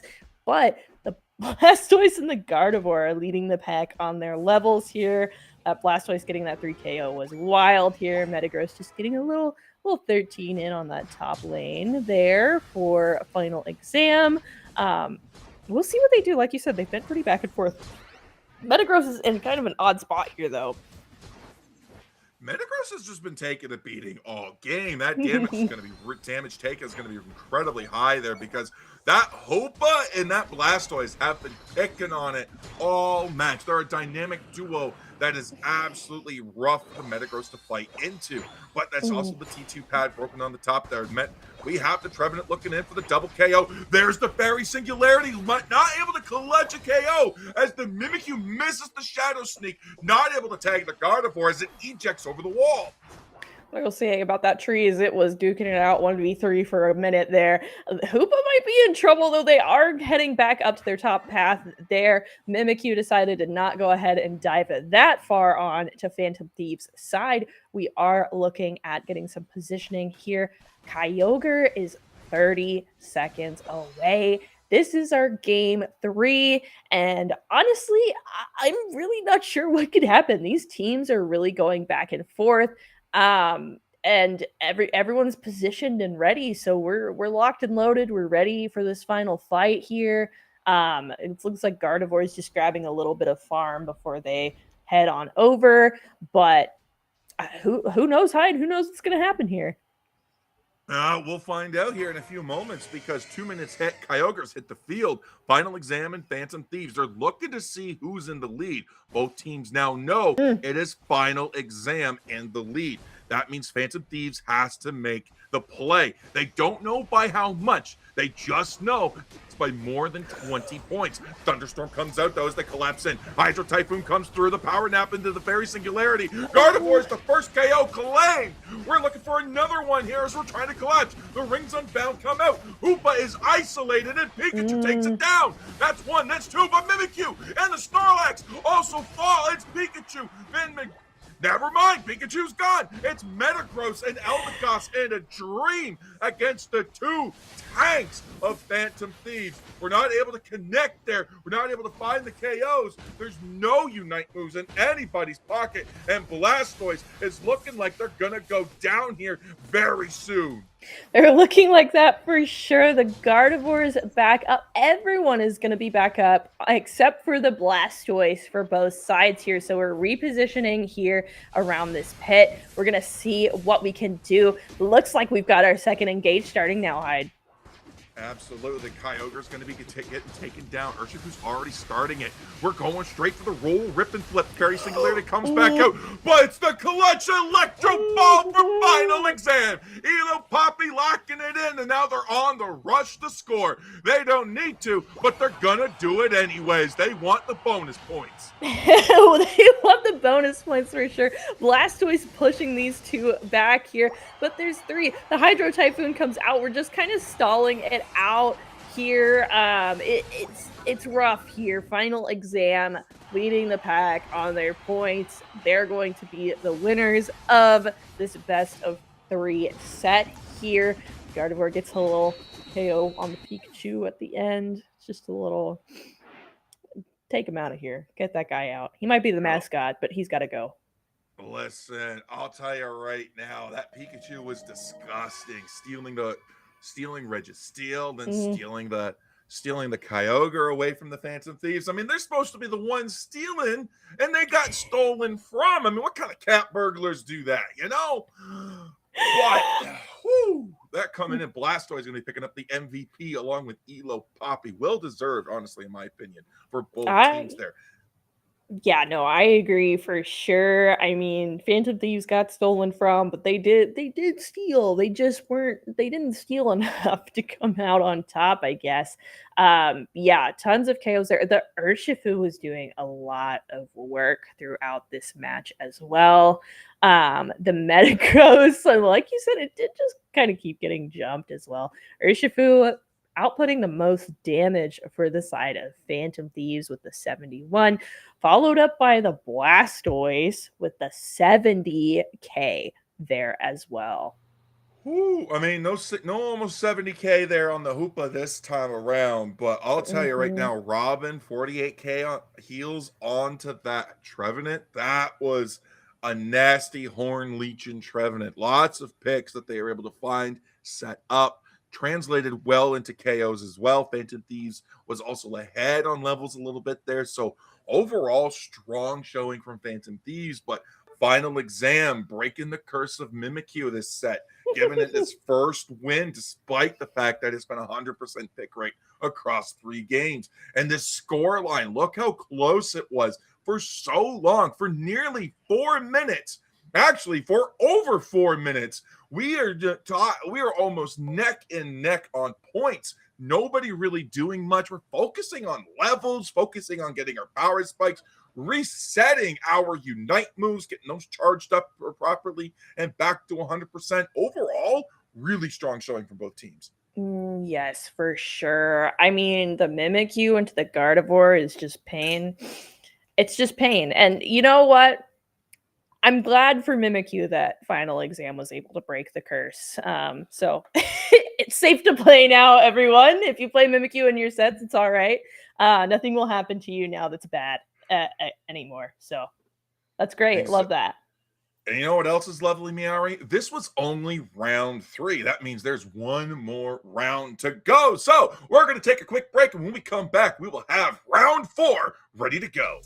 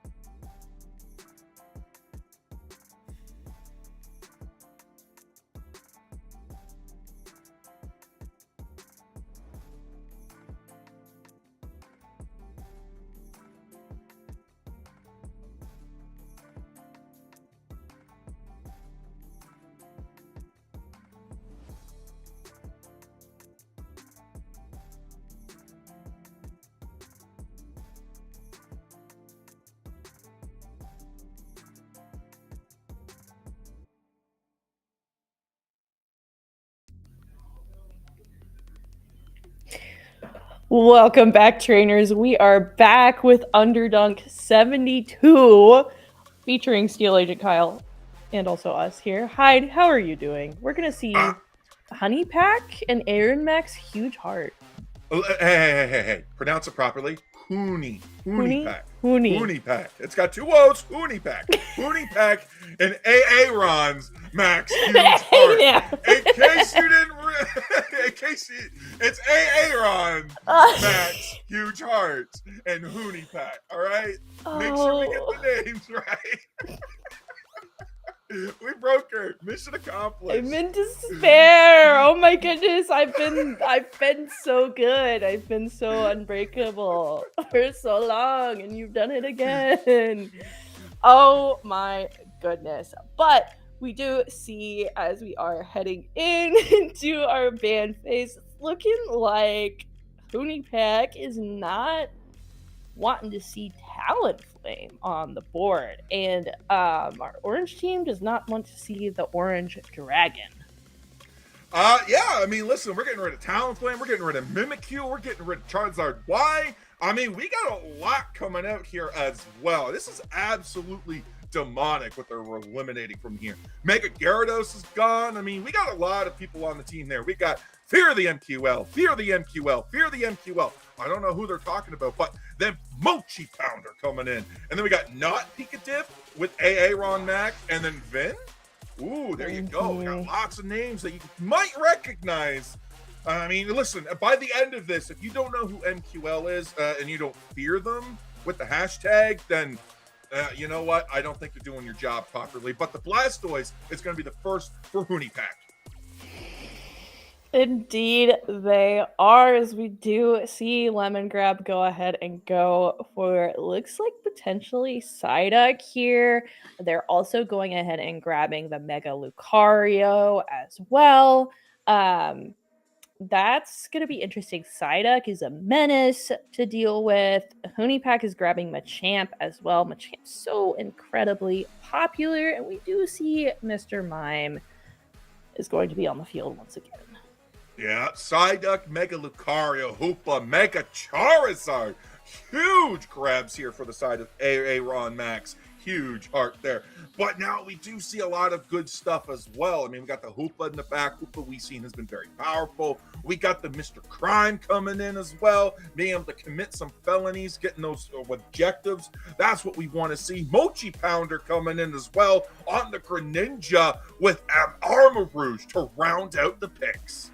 The Armor Rouge pick is interesting here. You definitely don't see it a ton, so it'll be nice to see it on the board here. Looks like Aaron Max Huge Heart is going for a Mega Charizard X as well as the Cerulege pick. Listen, I'm just saying, you sounded like he didn't have a huge heart. I mean, he could have had big feet, you know, you never know. Could have been that. It could have been big feet, but could have been a big thumb too. You never know. But the Cerulege, I do like the round out here, but it does look like a lot of really like bulky all-rounders here for Aaron Max Huge Heart there.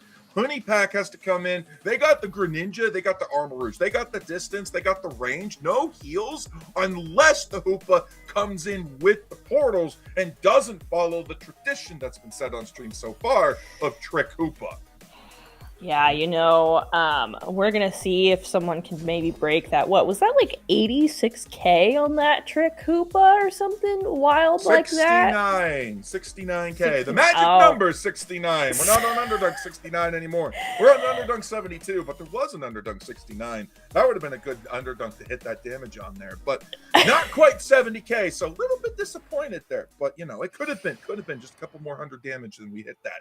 But Honey Pack, your purple team, Aaron Max Huge Heart, your orange team, as we get off to game number 1 of round 4. Yeah, we've got Greninja going up against the Armor Rouge as our central lane Mons here. We're heading up this top lane here. We've got the Zard Psyduck up this top lane. We've got the Lucario down bot. The Machamp is already going for the invade, snagging up that red buff from our Armor Rouge here. That is going to be a pivotal grab for their side. Didn't even need the karate chop for it either. Just used a boosted auto. They just take that there. They didn't quite get the Excel core. They just said, listen, that's a bug type. It resists me. But what doesn't resist is that water type. Lucario getting taken down. That little Squirtle showing the turtle like, you know what? That's right. That's what happens when you mess with Lucario. That is indeed. We've got 3 Mons up this top lane here, both of our supports and the Charizard as well. Greninja is up here looking for the 850 farm once it spawns, and here we are, and the Armor Rouge is ready to meet us as well. 4-man army from Huge Heart coming in against Honey Pack there. Quick cheeky six-pack going in there. Mr. Mime, Mr. Crime, ready to go in and take down the Duck. But the Duck says, I got a headache. I ain't got time to deal with this. You can have the quadruple surf coming in. And there we go. Huge advantage down in the bottom lane now as we do look for some cheeky KOs. Or, sorry, cheeky scores there from the War Turtle. Yeah, the War Turtle was looking for some of those there. The Armor Rouge is able to get some points in there. We're sitting at 68-10 here, about the 8-minute mark. We do snag the Charmeleon there with our Machoke, and we are going for a little bit of a top pad push here. We might get KO'd here on the Machoke. No, we pop the X speed and go supersonic with the submission. Whip it from 0 to 100, going to the other side of the board there. And at the quick retreat back to the home pad. Now that's some speed coming up from Machoke. And that's why you like to run the submission there. A little bit of a boost there, but look at Aaron Max, Huge Heart down in the bottom lane. Lucario getting caught out. Submission already coming in line with the Flex Zone speed. They're down in the bottom. 7 points here. They could look for an early break here, but they're going to try to get a huge 30 cap in for the Greninja. Yeah, we're going to see if we can do some good math here, or if we're going to get some good KOs for the side of Aaron Max. Huge Heart. 2 KO streak there from the Ceruledge, and we're turning that push right back around on Honey Pack. Their tier 1s are just hanging on by threads here, Hyde. Yeah, both teams doing incredibly good here. 111-88. They're going to look to break this 105. Didn't quite take the lead, but they get the blessing of Regis Ice going for their side. Ceruledge going to be locking that in. Machoke tries to get away, but Ceruledge and Hoopa say, you ain't fast enough this time. No, they were not for sure. We're heading up to top lane here, seeing what is going on up top. We've got Regieleki sitting up here. He's been a little lonely. Nothing has been happening too much, but the Machamp is heading in on the Lucario here. There's a constant issue this Machamp is facing. Every time it goes in, it takes massive amounts of damage, gets chunked down to almost nothing there. So that is something they're going to have to work on. That's probably going to go with the levels. But what's not going to work on? Mega Charizard X is already coming in. Boom! There's another stack there as we are floating around looking for another thing to Flare Blitz. Yeah, no, that seismic slam coming out was definitely really terrifying there. The Mime barriers are doing a lot of interrupt. Showtime is out, getting more stunts in here, and the Mega Charizard X is caught in it right now. Hoopa Rings Unbound are out, and this Machamp is just throwing everyone around. Ooh, nice KOs from the combination of the Machamp and the Blastoise there. Mega Lucario coming through. Nice dip and dive over the wall to try to put some distance. Ceruledge looks to go in and collapse there. Lucario with the close combat looking for the Blastoise just out of rage as the Surfs come in. And Mega Lucario's Mega Evolution is now deleted. Yeah, yeah, Mime taking a funny little 2 KO streak. They're 134 to 241 here. I can't read numbers. I play this video game, so that makes sense. Machamp trying to grab some duck there, but they weren't quite able to here. We're kind of just farming. We're looking at each other a little bit, but we're not going for a fight right now. We've got our bottom Reggie down here.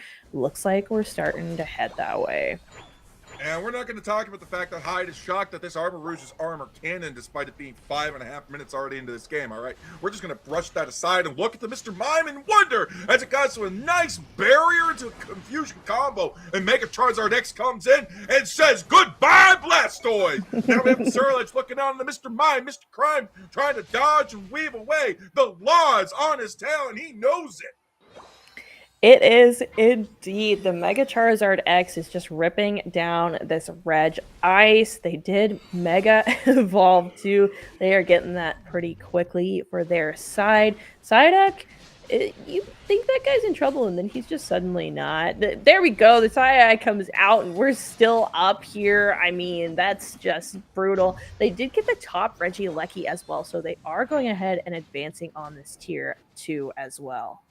Slight level lead with Aaron Max Huge Heart there, with the Surledge at 13. Meanwhile, Greninja's sitting at the highest level for Honey Pack, only at level 12. So we're still, but our points, 191 to 241. Aaron Mack is only ahead by about 50 points here, not by, and by about 1 level as well. And they're looking to put the pressure on the side of Honey Pack by collapsing on the pad, but the momentum has shifted. They got derailed right off the get-go by the bulk of Mr. Mime and Blastoise. Yeah, Surledge caught in a bad spot though, as they do take a KO back for the side of Honey Pack. That is a nice pick for them. They just took down their strongest team member for the side of Aaron Mack. So Honey Pack just did something really great for their side. We're 1 minute away from our final objective being on the map here. Psyduck might be in trouble. Like I said though, that guy can get away pretty quickly. Yeah, Psyduck gets away with murder at this point, almost.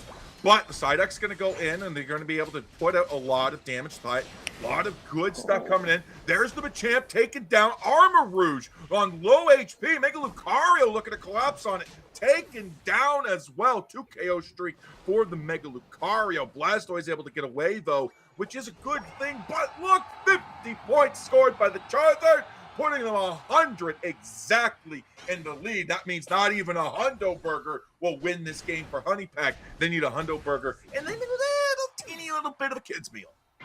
They do for sure. Honey Pack gets another nice KO for their side with the Mega Charizard X pick there. The Barrage Blow is coming out, and so is the Showtime as well. Kyogre isn't even here to witness it.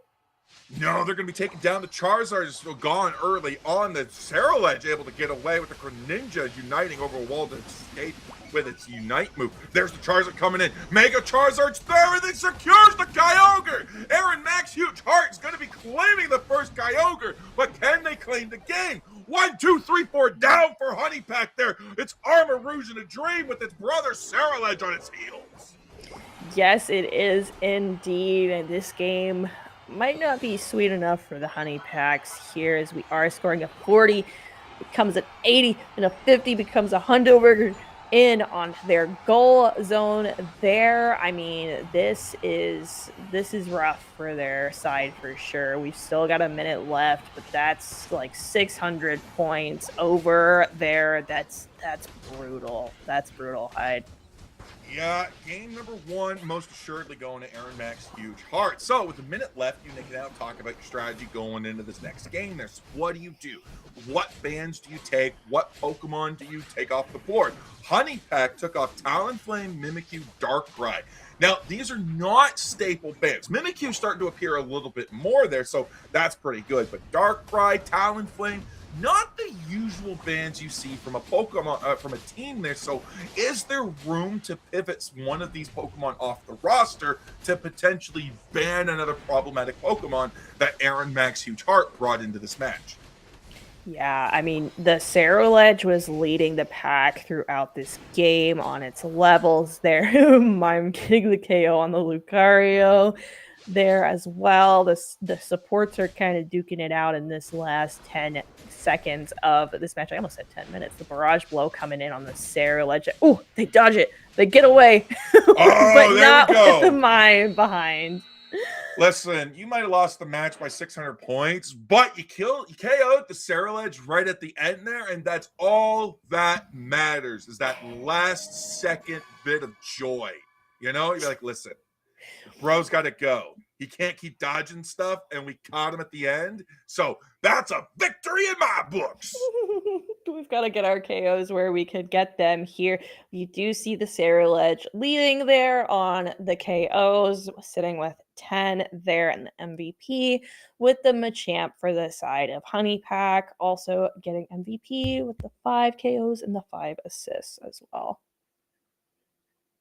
Yeah, and I'm excited to see what the battle stats are going to be like too. Because I mean, like we take a look at this Ceruledge coming in 98k damage, Lemongrab 72.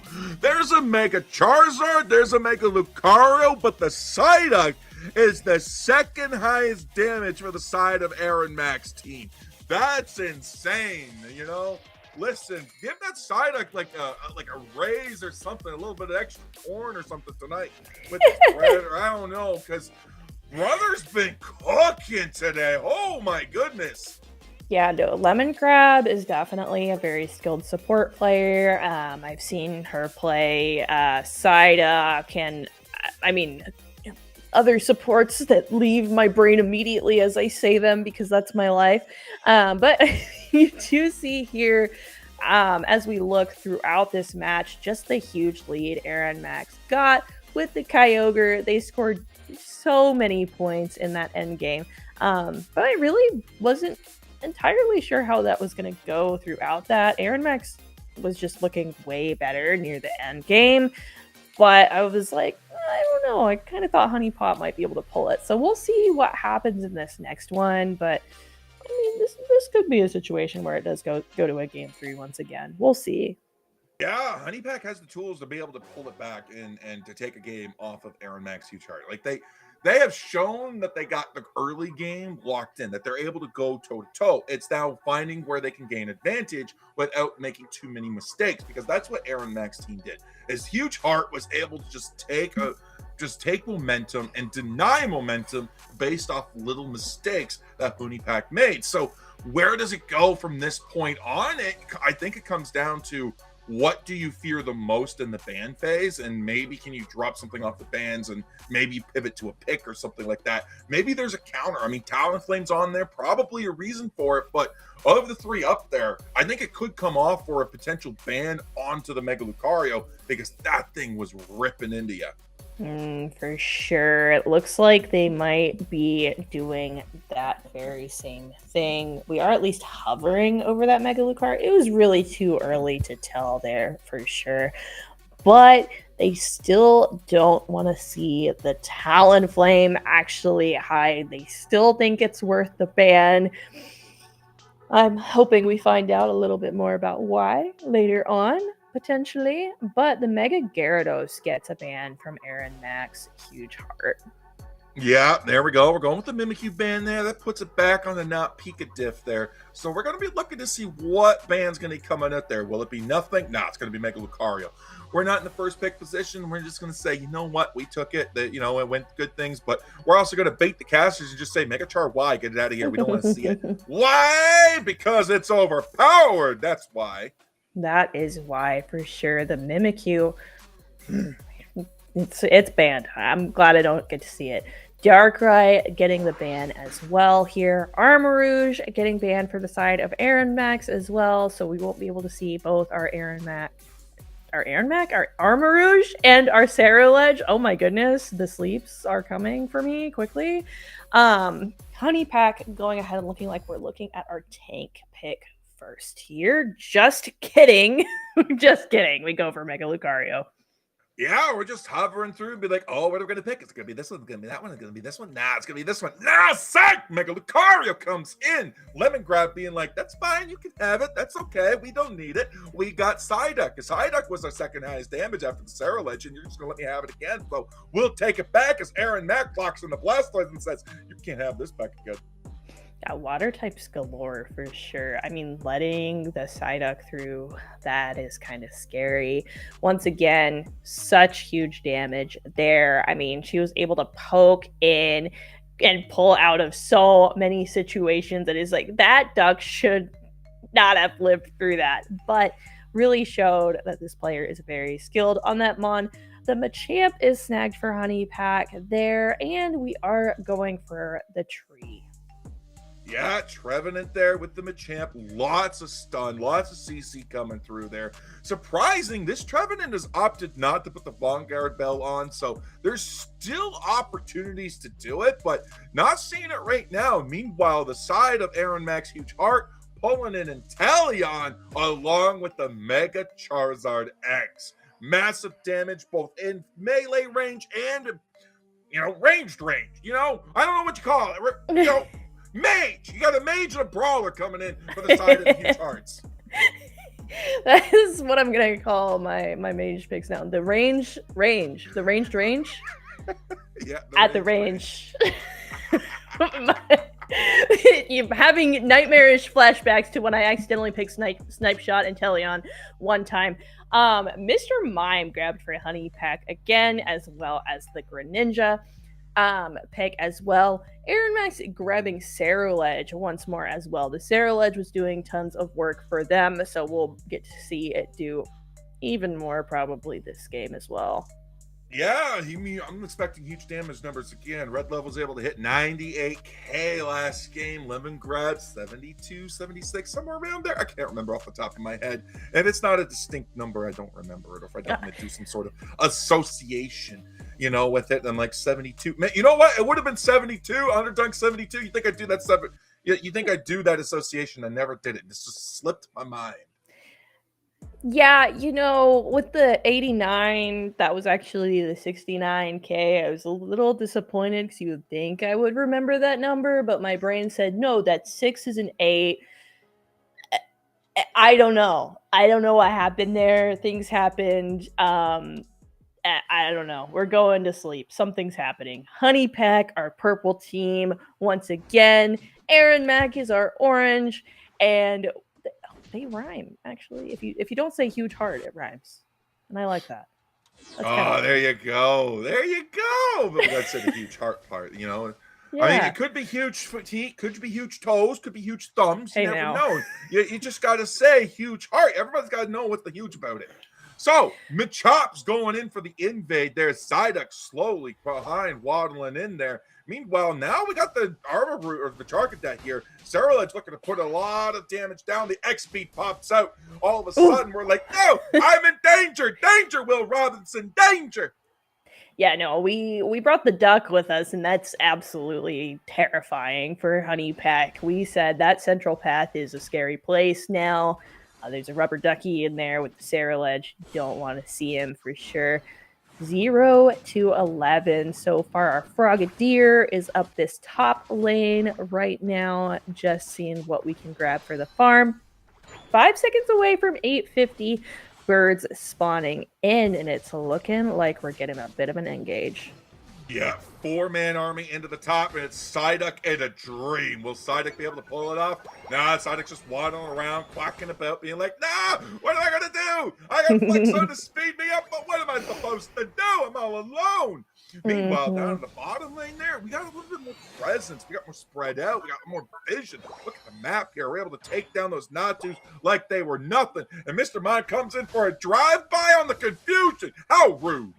That is really rude there, but they don't manage to snag that red buff away from the side of Aaron Max. Huge Heart.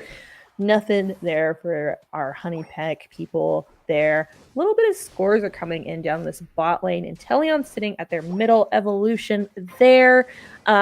So we're gonna see. We're climbing slowly but surely here. Regidrago is on the map, so we'll see if we go for it or not. We're looking at some little scores up this top lane. Lucario's stacking. Lucario's getting stronger throughout getting these stacks, so that is kind of frightening for Aaron Max Huge Heart. Yeah, 58 to 67. 6-7's made an appearance tonight. Just like a previous Underdunk. You gotta say it. Kyle's right here. He's in the chat. You can't say too much, but he knows. He's snickering. Why do you hurt me this way? Why are we this way? Exactly. Oh, exactly. Huge engage, though, from the side of Honey Pack, though. Machamp going in nice and deep, able to get that submission off. But the Ceruledge is able to get away. Psyduck and Inteleon keeping the pressure down. Yeah, they are, and this Inteleon is sniping and showing what I should do when I play Snipe Shot, but not what I do, because I'm not that skilled with it. Anyways, up this top lane, we've got Lucario solo ripping this Regieleki. Charizard is coming up to contest, seeing if it can get the secure. We're kind of dancing around it, but it does end up going to the Lucario from the side of Honey Pack. A game of chicken and Lucario won. Surprisingly, no chickens were up there. So, but Regirock is going to be in the bottom here. We have the nice water burst shuriken coming out from the side of that Greninja there. Machamp's taking a beating there as we're able to lock in the blessings of Regirock. Now it opens up the T1 pad there for us to go score on and try to further the lead. They are indeed. We've got the 26 and the 40 looking at coming in there. The 40 goes first, the 26 next. And we do get a little bit of a overcap there.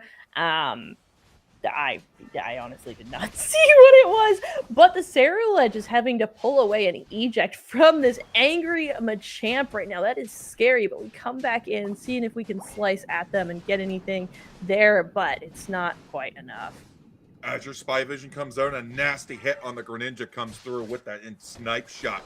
Good job from the side of Vin, being able to do as much damage and not just aim, but also hit the target as well. It doesn't seem like it, but Inteleon Snipe Shot is an incredibly hard move to aim. This feels targeted. Anyways, the tree comes in with the wood hammer there in on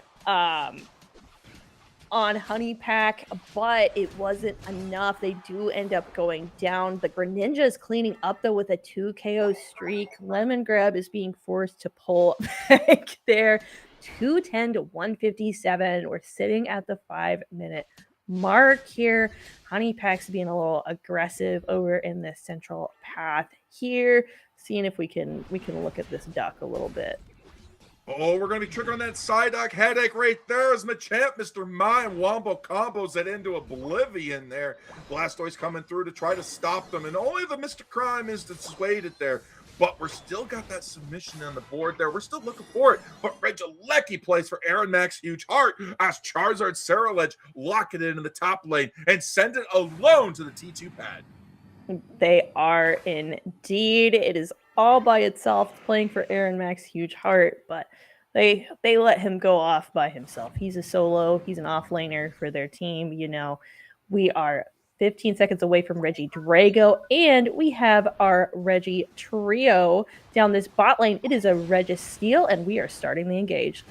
Man, Mega Lucario's already on the board as the Inteleon Snipe Shot comes through, but the Machamp says, no, that's mine! We got the Revenant Rend coming in, but it's not going to be able to pick up any KOs. Never mind, it did. 1, 2, 3 with the Inteleon. Boom, boom, boom. We got Charizard has to peel back because of the damage there, but Greninja is the only surviving member of Booney Pack there. Huge 39 overcap, and all of a sudden, Meowri, this is a 1-point game. They are 1 point away from each other. That Inteleon got a nice little triple KO streak there. Regidrago starting to get ripped down by this Blastoise Inteleon combination. Right now, Trevenant is lurking in the bushes, seeing if it can snag something. We have the Greninja ult come out here, and the Inteleon does manage to snag that with their Snipe Shot. Massive hit with the Inteleon there on the Snipe Shots, doing great work. Mega Charizard comes out for the last time before the Kyogre spawns in, taken down. And Honey Pack is coming in strong on this. Another KO. Lemon Grab going down. Now we have 3 members here down at the bottom for Aaron Max Huge Heart. Control of the central pit is now in their favor there as the final Regieleki of the game is going to be up in the top here. Yes, it will be. We've got Mega Lucario up there on that top lane, already ready to rip it down. And Aaron Max is making good use of their time here, getting a bottom tier to push in. The 27 and the 50 go in there. That home pad is now open for scores for their side. Honey Pack goes for that. Hydro Typhoon is coming out. Looks like we're looking at an early engage here. Phantom Force comes in. There's a lot of Unite moves that have already been burned. But we're all gonna be looking for the KO, and there we go. We pick up the Psyduck. Gone. Huge hit from Inteleon on Mr. Mime. Now the Showtime comes out, tries to get something going here, but Aaron Max Huge Hearts collapsed. Mr. Mime is gone. Huge hit on the Greninja as the Kyogre is starting to be ripped down to a quarter of HP. Greninja's wiped off the board. Now we're going to be looking to grab this. Mega Lucario's back in the field. We're going to hit the Lucario with we have that power-up punch charged up. The game is frozen. I can't see what's happening. Oh, no! We're right in the thick of it. I hope you guys can see what's going on because I sure as heck can't. We got a secured Kyogre, though, let me tell you.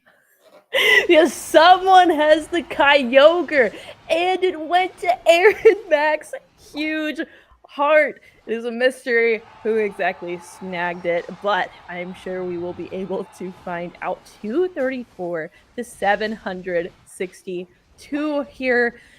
We wail in agony here, but it's okay. It's okay. It do be like that, unfortunately. The Kyogre's blessing runs out here, so Honey Peck does have their healing on their pads once again, but it doesn't look like it's going to be enough.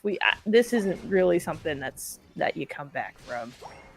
Listen, when all else fails, when it comes to tech issues, we got Bina, giving us the nice observer feed coming in. That's all the camera work. We got Kyle handling the stream, but at the end of the day, it's all Lordy's fault. I mean, well, well, you said it, not me. You said it, not me. All right. If I'm pointing straight at you, and I'm saying it's him, officer. I didn't say anything. Absolutely not. We're just closing this out. Aaron Max Huge Heart getting the 2 games, winning the best of 3. And do we take bets on who secured it? What do we do? We say Inteleon Snipe Shot, 2 AOS energy. I don't know. 2 AOS energy. I don't know. What do you do? But looks like we're sitting 234 to 892. The Greninja taking the MVP for Honey Pack there. I kept saying Honey Pack. Honey Pack. I have to think harder to say it. I'm so sorry. I'm just saying, yeah. I mean, it's Honey Pack. It's spelled Hooney, and then Aaron Max Huge Heart. That's how it's pronounced, I can't help it. But Mochi Pounder being the MVP for the side of Honey Pack there, and then we've got Aaron Mac being the MVP for the side of his Huge Heart. So that's actually not surprising to come in there. Let's take a look at the battle data too. I'm curious to see what kind of damage numbers were coming in as well, because again, Red Love did a lot of great work on the Cerulege there, but I don't think they did quite as well as they did the first time. Yeah, this time it was Vin coming in as the hero of damage there with the 86, and we saw that power coming through at the end there. Every snipe shot, Honey Pack was hurting. Yeah, you saw that Greninja just kind of get wiped off the board with a singular snipe shot, which is just kind of the way of the Greninja. You see a snipe shot coming at you and you say, all right, I'm out of here for a little bit. It is what it is. 56k on the Greninja, leading the pack there. Mime got some decent damage in as well with 43 as well. But yeah, once they got the Kyogre, this show was over, and this game belonged to Aaron Max Huge Heart. Yeah, absolutely. And again, I really like that too, of what they were able to get done. They're able to keep that score line, just both teams just keeping the pressure on right up until Kyogre got secured. By who? We'll never know. It's a mystery indeed, for sure. They've got the gamers have the reward where it's like, oh, you're the Kyogre defeater. I hope they tell us. I would like to know. You tell us, Kyle, what's up? What do you think of that last match? Who do you think got the final secure? I looked back at the footage. So the YouTube feed, like if I go back on the YouTube feed, it literally goes from 140 in the fight to 119. So it's like power-up punches going, and then all of a sudden everybody's at base. So I think there was just like a internet glitch or something, not transmitting to YouTube. So It'll be my guess is gonna be Vin, Snipe Shot, and Talion, likely the secure tool of choice, since we do know that it did go over to Aaron Mack's huge heart. But yeah, I believe that's my guess, but I don't know. I guess we'll never know. Lost footage. Who's to say? And big shout out to Tish for the raid. Hopefully y'all had fun. Congratulations on your team's wins earlier. Super excited to always see some good Blissey play from Tish. That was a pretty fun set, by the way. Yeah, it was. Yeah. Yeah. Okay. Black Prevail says Aaron Mack secured the Kyogre. Okay. Oh, there we go. There we go. Well, I guess that is the that's what we know. So we'll see about that. Any final thoughts? So that is going to conclude our Underdunk 72, I believe. I mean, this game went to a game 2. I believe all the other ones are either already in the game number 3 or are finished. So I believe that is going to be our last set of the day. And that does leave without completely griefing. I believe that means that Aaron Max Huge Heart is going to be your final winner of it with an undefeated record. I believe there might be another team that is like 3-1, but that is going to be the only undefeated team on the evening. So super excited. Obviously, it makes sense. We have kind of a league team, a half of a league team. You have Ben and Pika Diff from Evil Geniuses. Yeah. So it's a pretty good squad, right? Yeah, absolutely there. But the sets tonight were absolutely fire. Watching all 4 of them start to finish, I was on my toes every step of the way. And like I said, I got to see a Tyranitar, so Hyde's a happy boy. Super fun stuff. We are going to go ahead and conclude this one.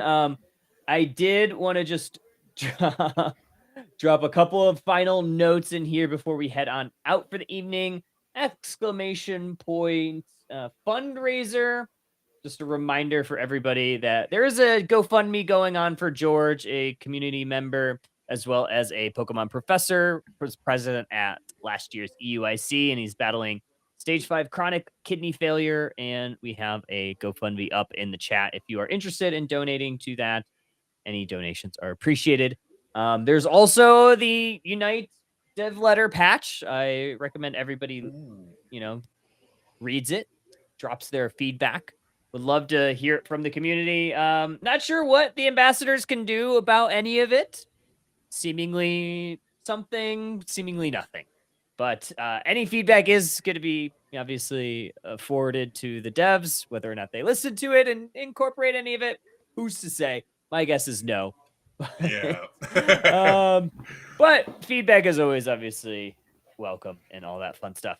Any final thoughts on the meta? We saw obviously the new item get launched into the game, the Vanguard Bell. We saw quite a few Pokemon running on it. I'll start with just kind of final thoughts on the new forming meta with the new item. We'll start with you, Meowri. Any final thoughts on the day? Yeah, I mean, I've seen it ran on a couple different defenders there. I believe we saw it on Umbreon as well as Snorlax tonight. And that was really, I mean, they looked like they were doing pretty good with it. I hadn't played it a lot personally or really at all, but I've definitely heard really amazing things from my tank players that I know. So it's seeming like it's very, very impactful in these games. But I haven't been playing a lot of tank lately, and I haven't even bought it yet, so I can't really put too much into it. But from what I've heard, it sounds like it is a very impactful and good item. I think it's super fun. I think there are a lot of Pokemon that use it. I think my favorite Pokemon to use it on right now, toss up between Psyduck and Mr. Mime. I think those Pokemon benefit immensely from it because they don't have any healing in their kits. And they tend to play, while they are supporters, they tend to play more like those disruptors that you really want to be up in the enemy's face. I think that's a really good item for them. Allows them to stay on the map a little bit more. Super fun. JohnathanHyde, any final thoughts on the meta, the Vanguard Bell teams today? Anything? I mean, I think you know what I'm going to say here. I mean, there's one Pokemon in this game that's got so much stun and CC on it. I mean, we've seen a couple of tonight. I mean, we've seen the Trevenant. Trevenant was demonic on it, but Vanguard Bell, Sableye? Maybe? Okay. No? No, the little guy, he just one tap's gone. But no, Yeah. on all seriousness, I think Vanguard Bell is going to be a huge change coming into this because every 5 seconds, 10% of your HP coming back. That's on par with some cooldowns of moves like we've seen with Trevenant, Woodhammer, really small cooldown, double stun coming out on that. And then when you go for the combo there, you probably have that Vanguard Bell back to go into the Horn Leech there, or you got the double Horn Leech with the Curse combo. That is absolutely demonic. So I think Trevenant with the Vanguard Bell stocks are going to go way up for that Pokemon. Yeah, I think so too. I think there are a lot of Pokemon. I think attackers are kind of losers on this patch. They're losers on most patches, it seems. Defenders and disruptor supports definitely seem like big winners there. Saw a lot of like big tanky compositions, which I thought was really good. I do think Mr. Mime was my Pokemon to watch today. I think it performed pretty well when it was picked. I'm excited to see it more, and I'm excited to play it more. But with that said, we will be back. I believe we are taking the week off next week. I'll have to be corrected. We are going to take a week off. Obviously, we had about 3 or 4 weeks in a row, so we're going to reconfigure. We are going to come back better than ever in the next Underdunk 73. We have some fun plans that we are plotting and planning on running in the meantime. So stay tuned on our socials. Players, we are going to be also for our socials, we are going to be we have a graphic for our winners of the week. So feel free. There is a section in the Discord to drop your trainer card, and the winners will use those trainer cards in our socials for our posts and all that fun stuff.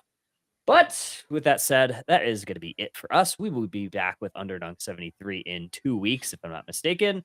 If not, we'll be back next week and we'll just run it. But stay tuned in the Discord, on the socials. Until then, trainers, we will see you then. Bye-bye. Bye.